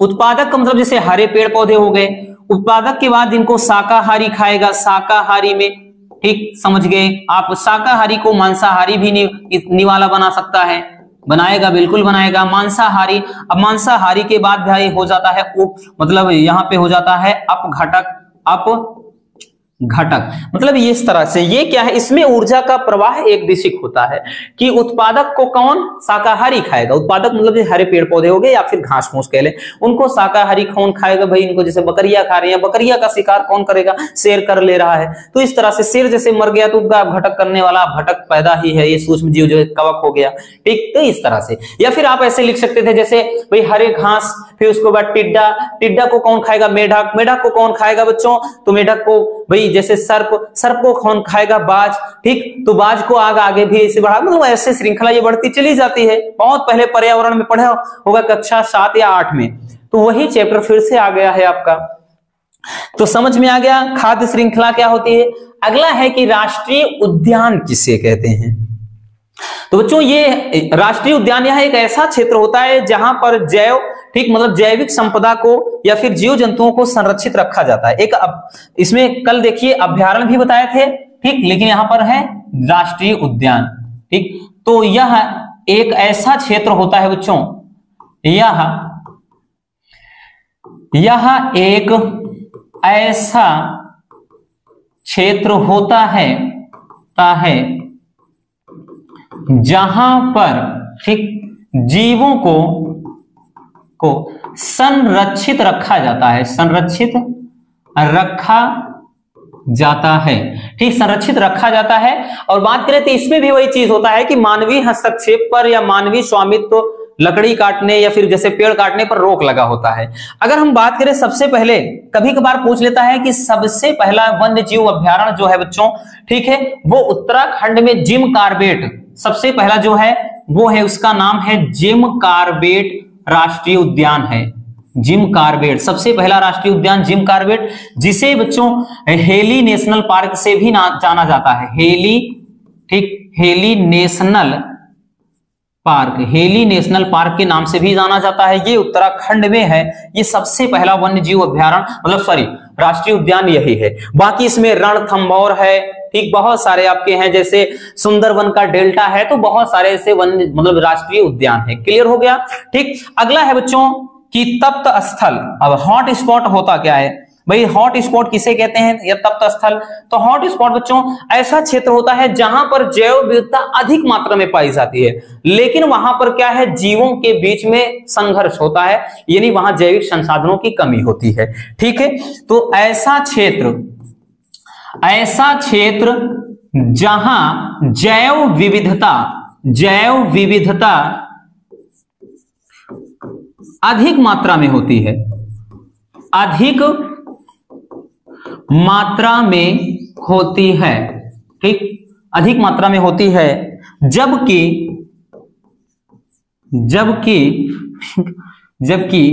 वहां पर ठीक जीवों पर संकट होता है। ठीक, संकट इसलिए होता है क्योंकि वहां संसाधन सीमित नहीं होते हैं। संसाधन सीमित होते हैं, संसाधन सीमित का मतलब बच्चों, खाने वाला पता चले 10 लोग हैं और एक ही सेब है, भाई एक सेब है, खाने वाले 10 हैं, क्या होगा, कैसे पेट भरेगा भाई सबका?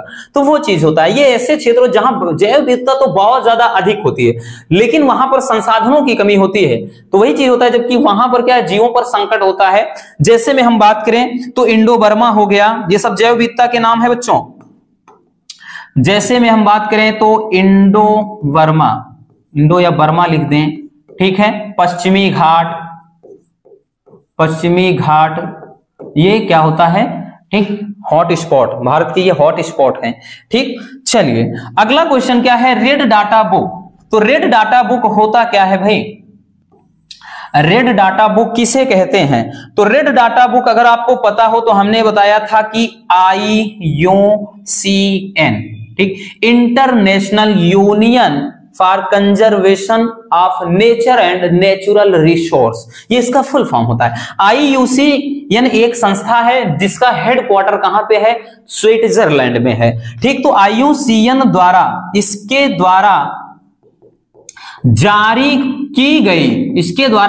की गई एक किताब होती है। ठीक, क्या होती है बच्चों की? IUCN द्वारा जारी की गई एक किताब होती है। ठीक, एक किताब होती है जिसमें जीवों को सूचीबद्ध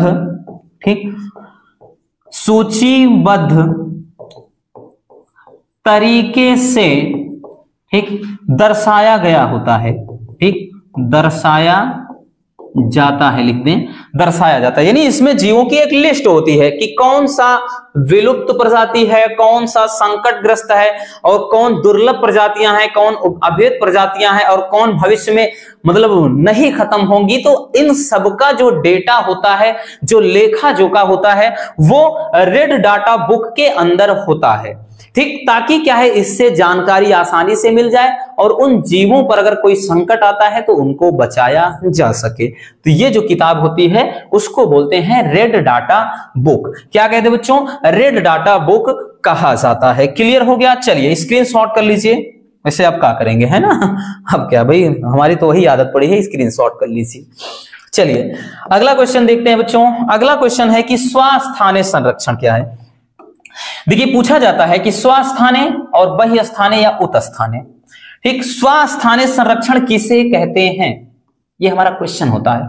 तो देखिए बच्चों, स्वस्थानीय संरक्षण, ठीक, जब किसी भी मतलब जैविक संसाधन को या जैव विविधता को या फिर जीवों को, कुछ भी कह लें, कि जब जीवों को उनके ही निवास स्थान पर, यानी मानव निर्मित, जो मनुष्य के द्वारा बनाए गए, जब जीवों को मानव निर्मित, ठीक, निवास स्थान पर क्या हो जाए, उन्हीं के स्थान पर सुरक्षित या संरक्षित रखा जाता है, तो ये जो विधि होती है वो कहलाती है स्वस्थानीय संरक्षण। स्व का मतलब अपने, स्थानीय स्थान पर ही, संरक्षण का मतलब सुरक्षित रखना। ठीक, तो इसमें लिखेंगे बच्चों कि जब जीवों को मानव निर्मित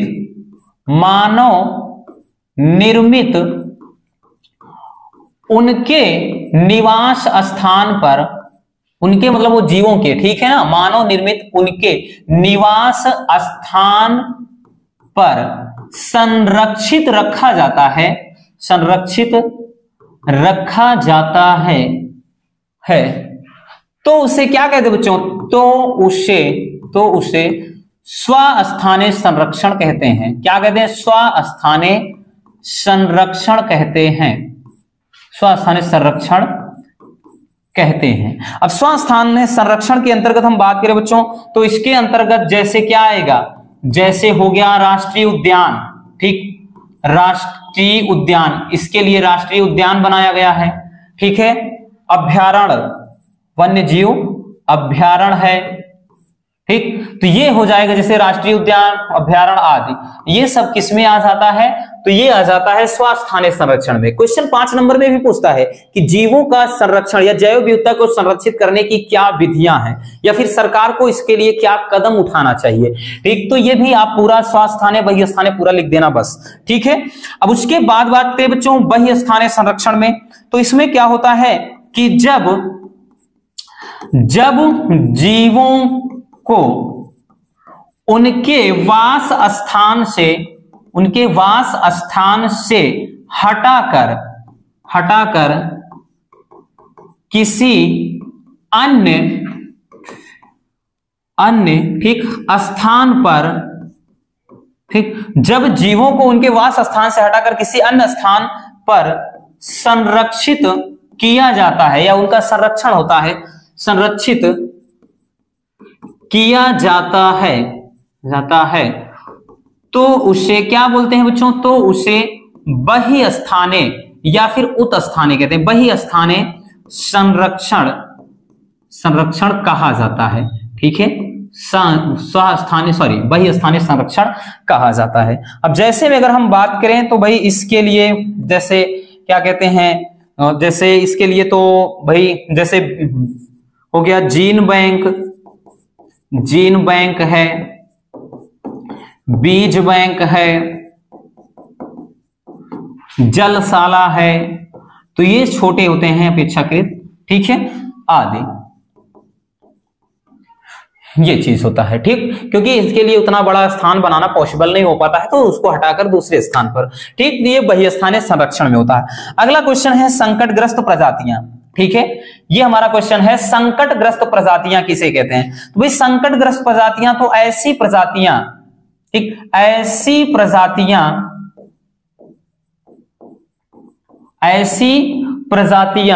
जो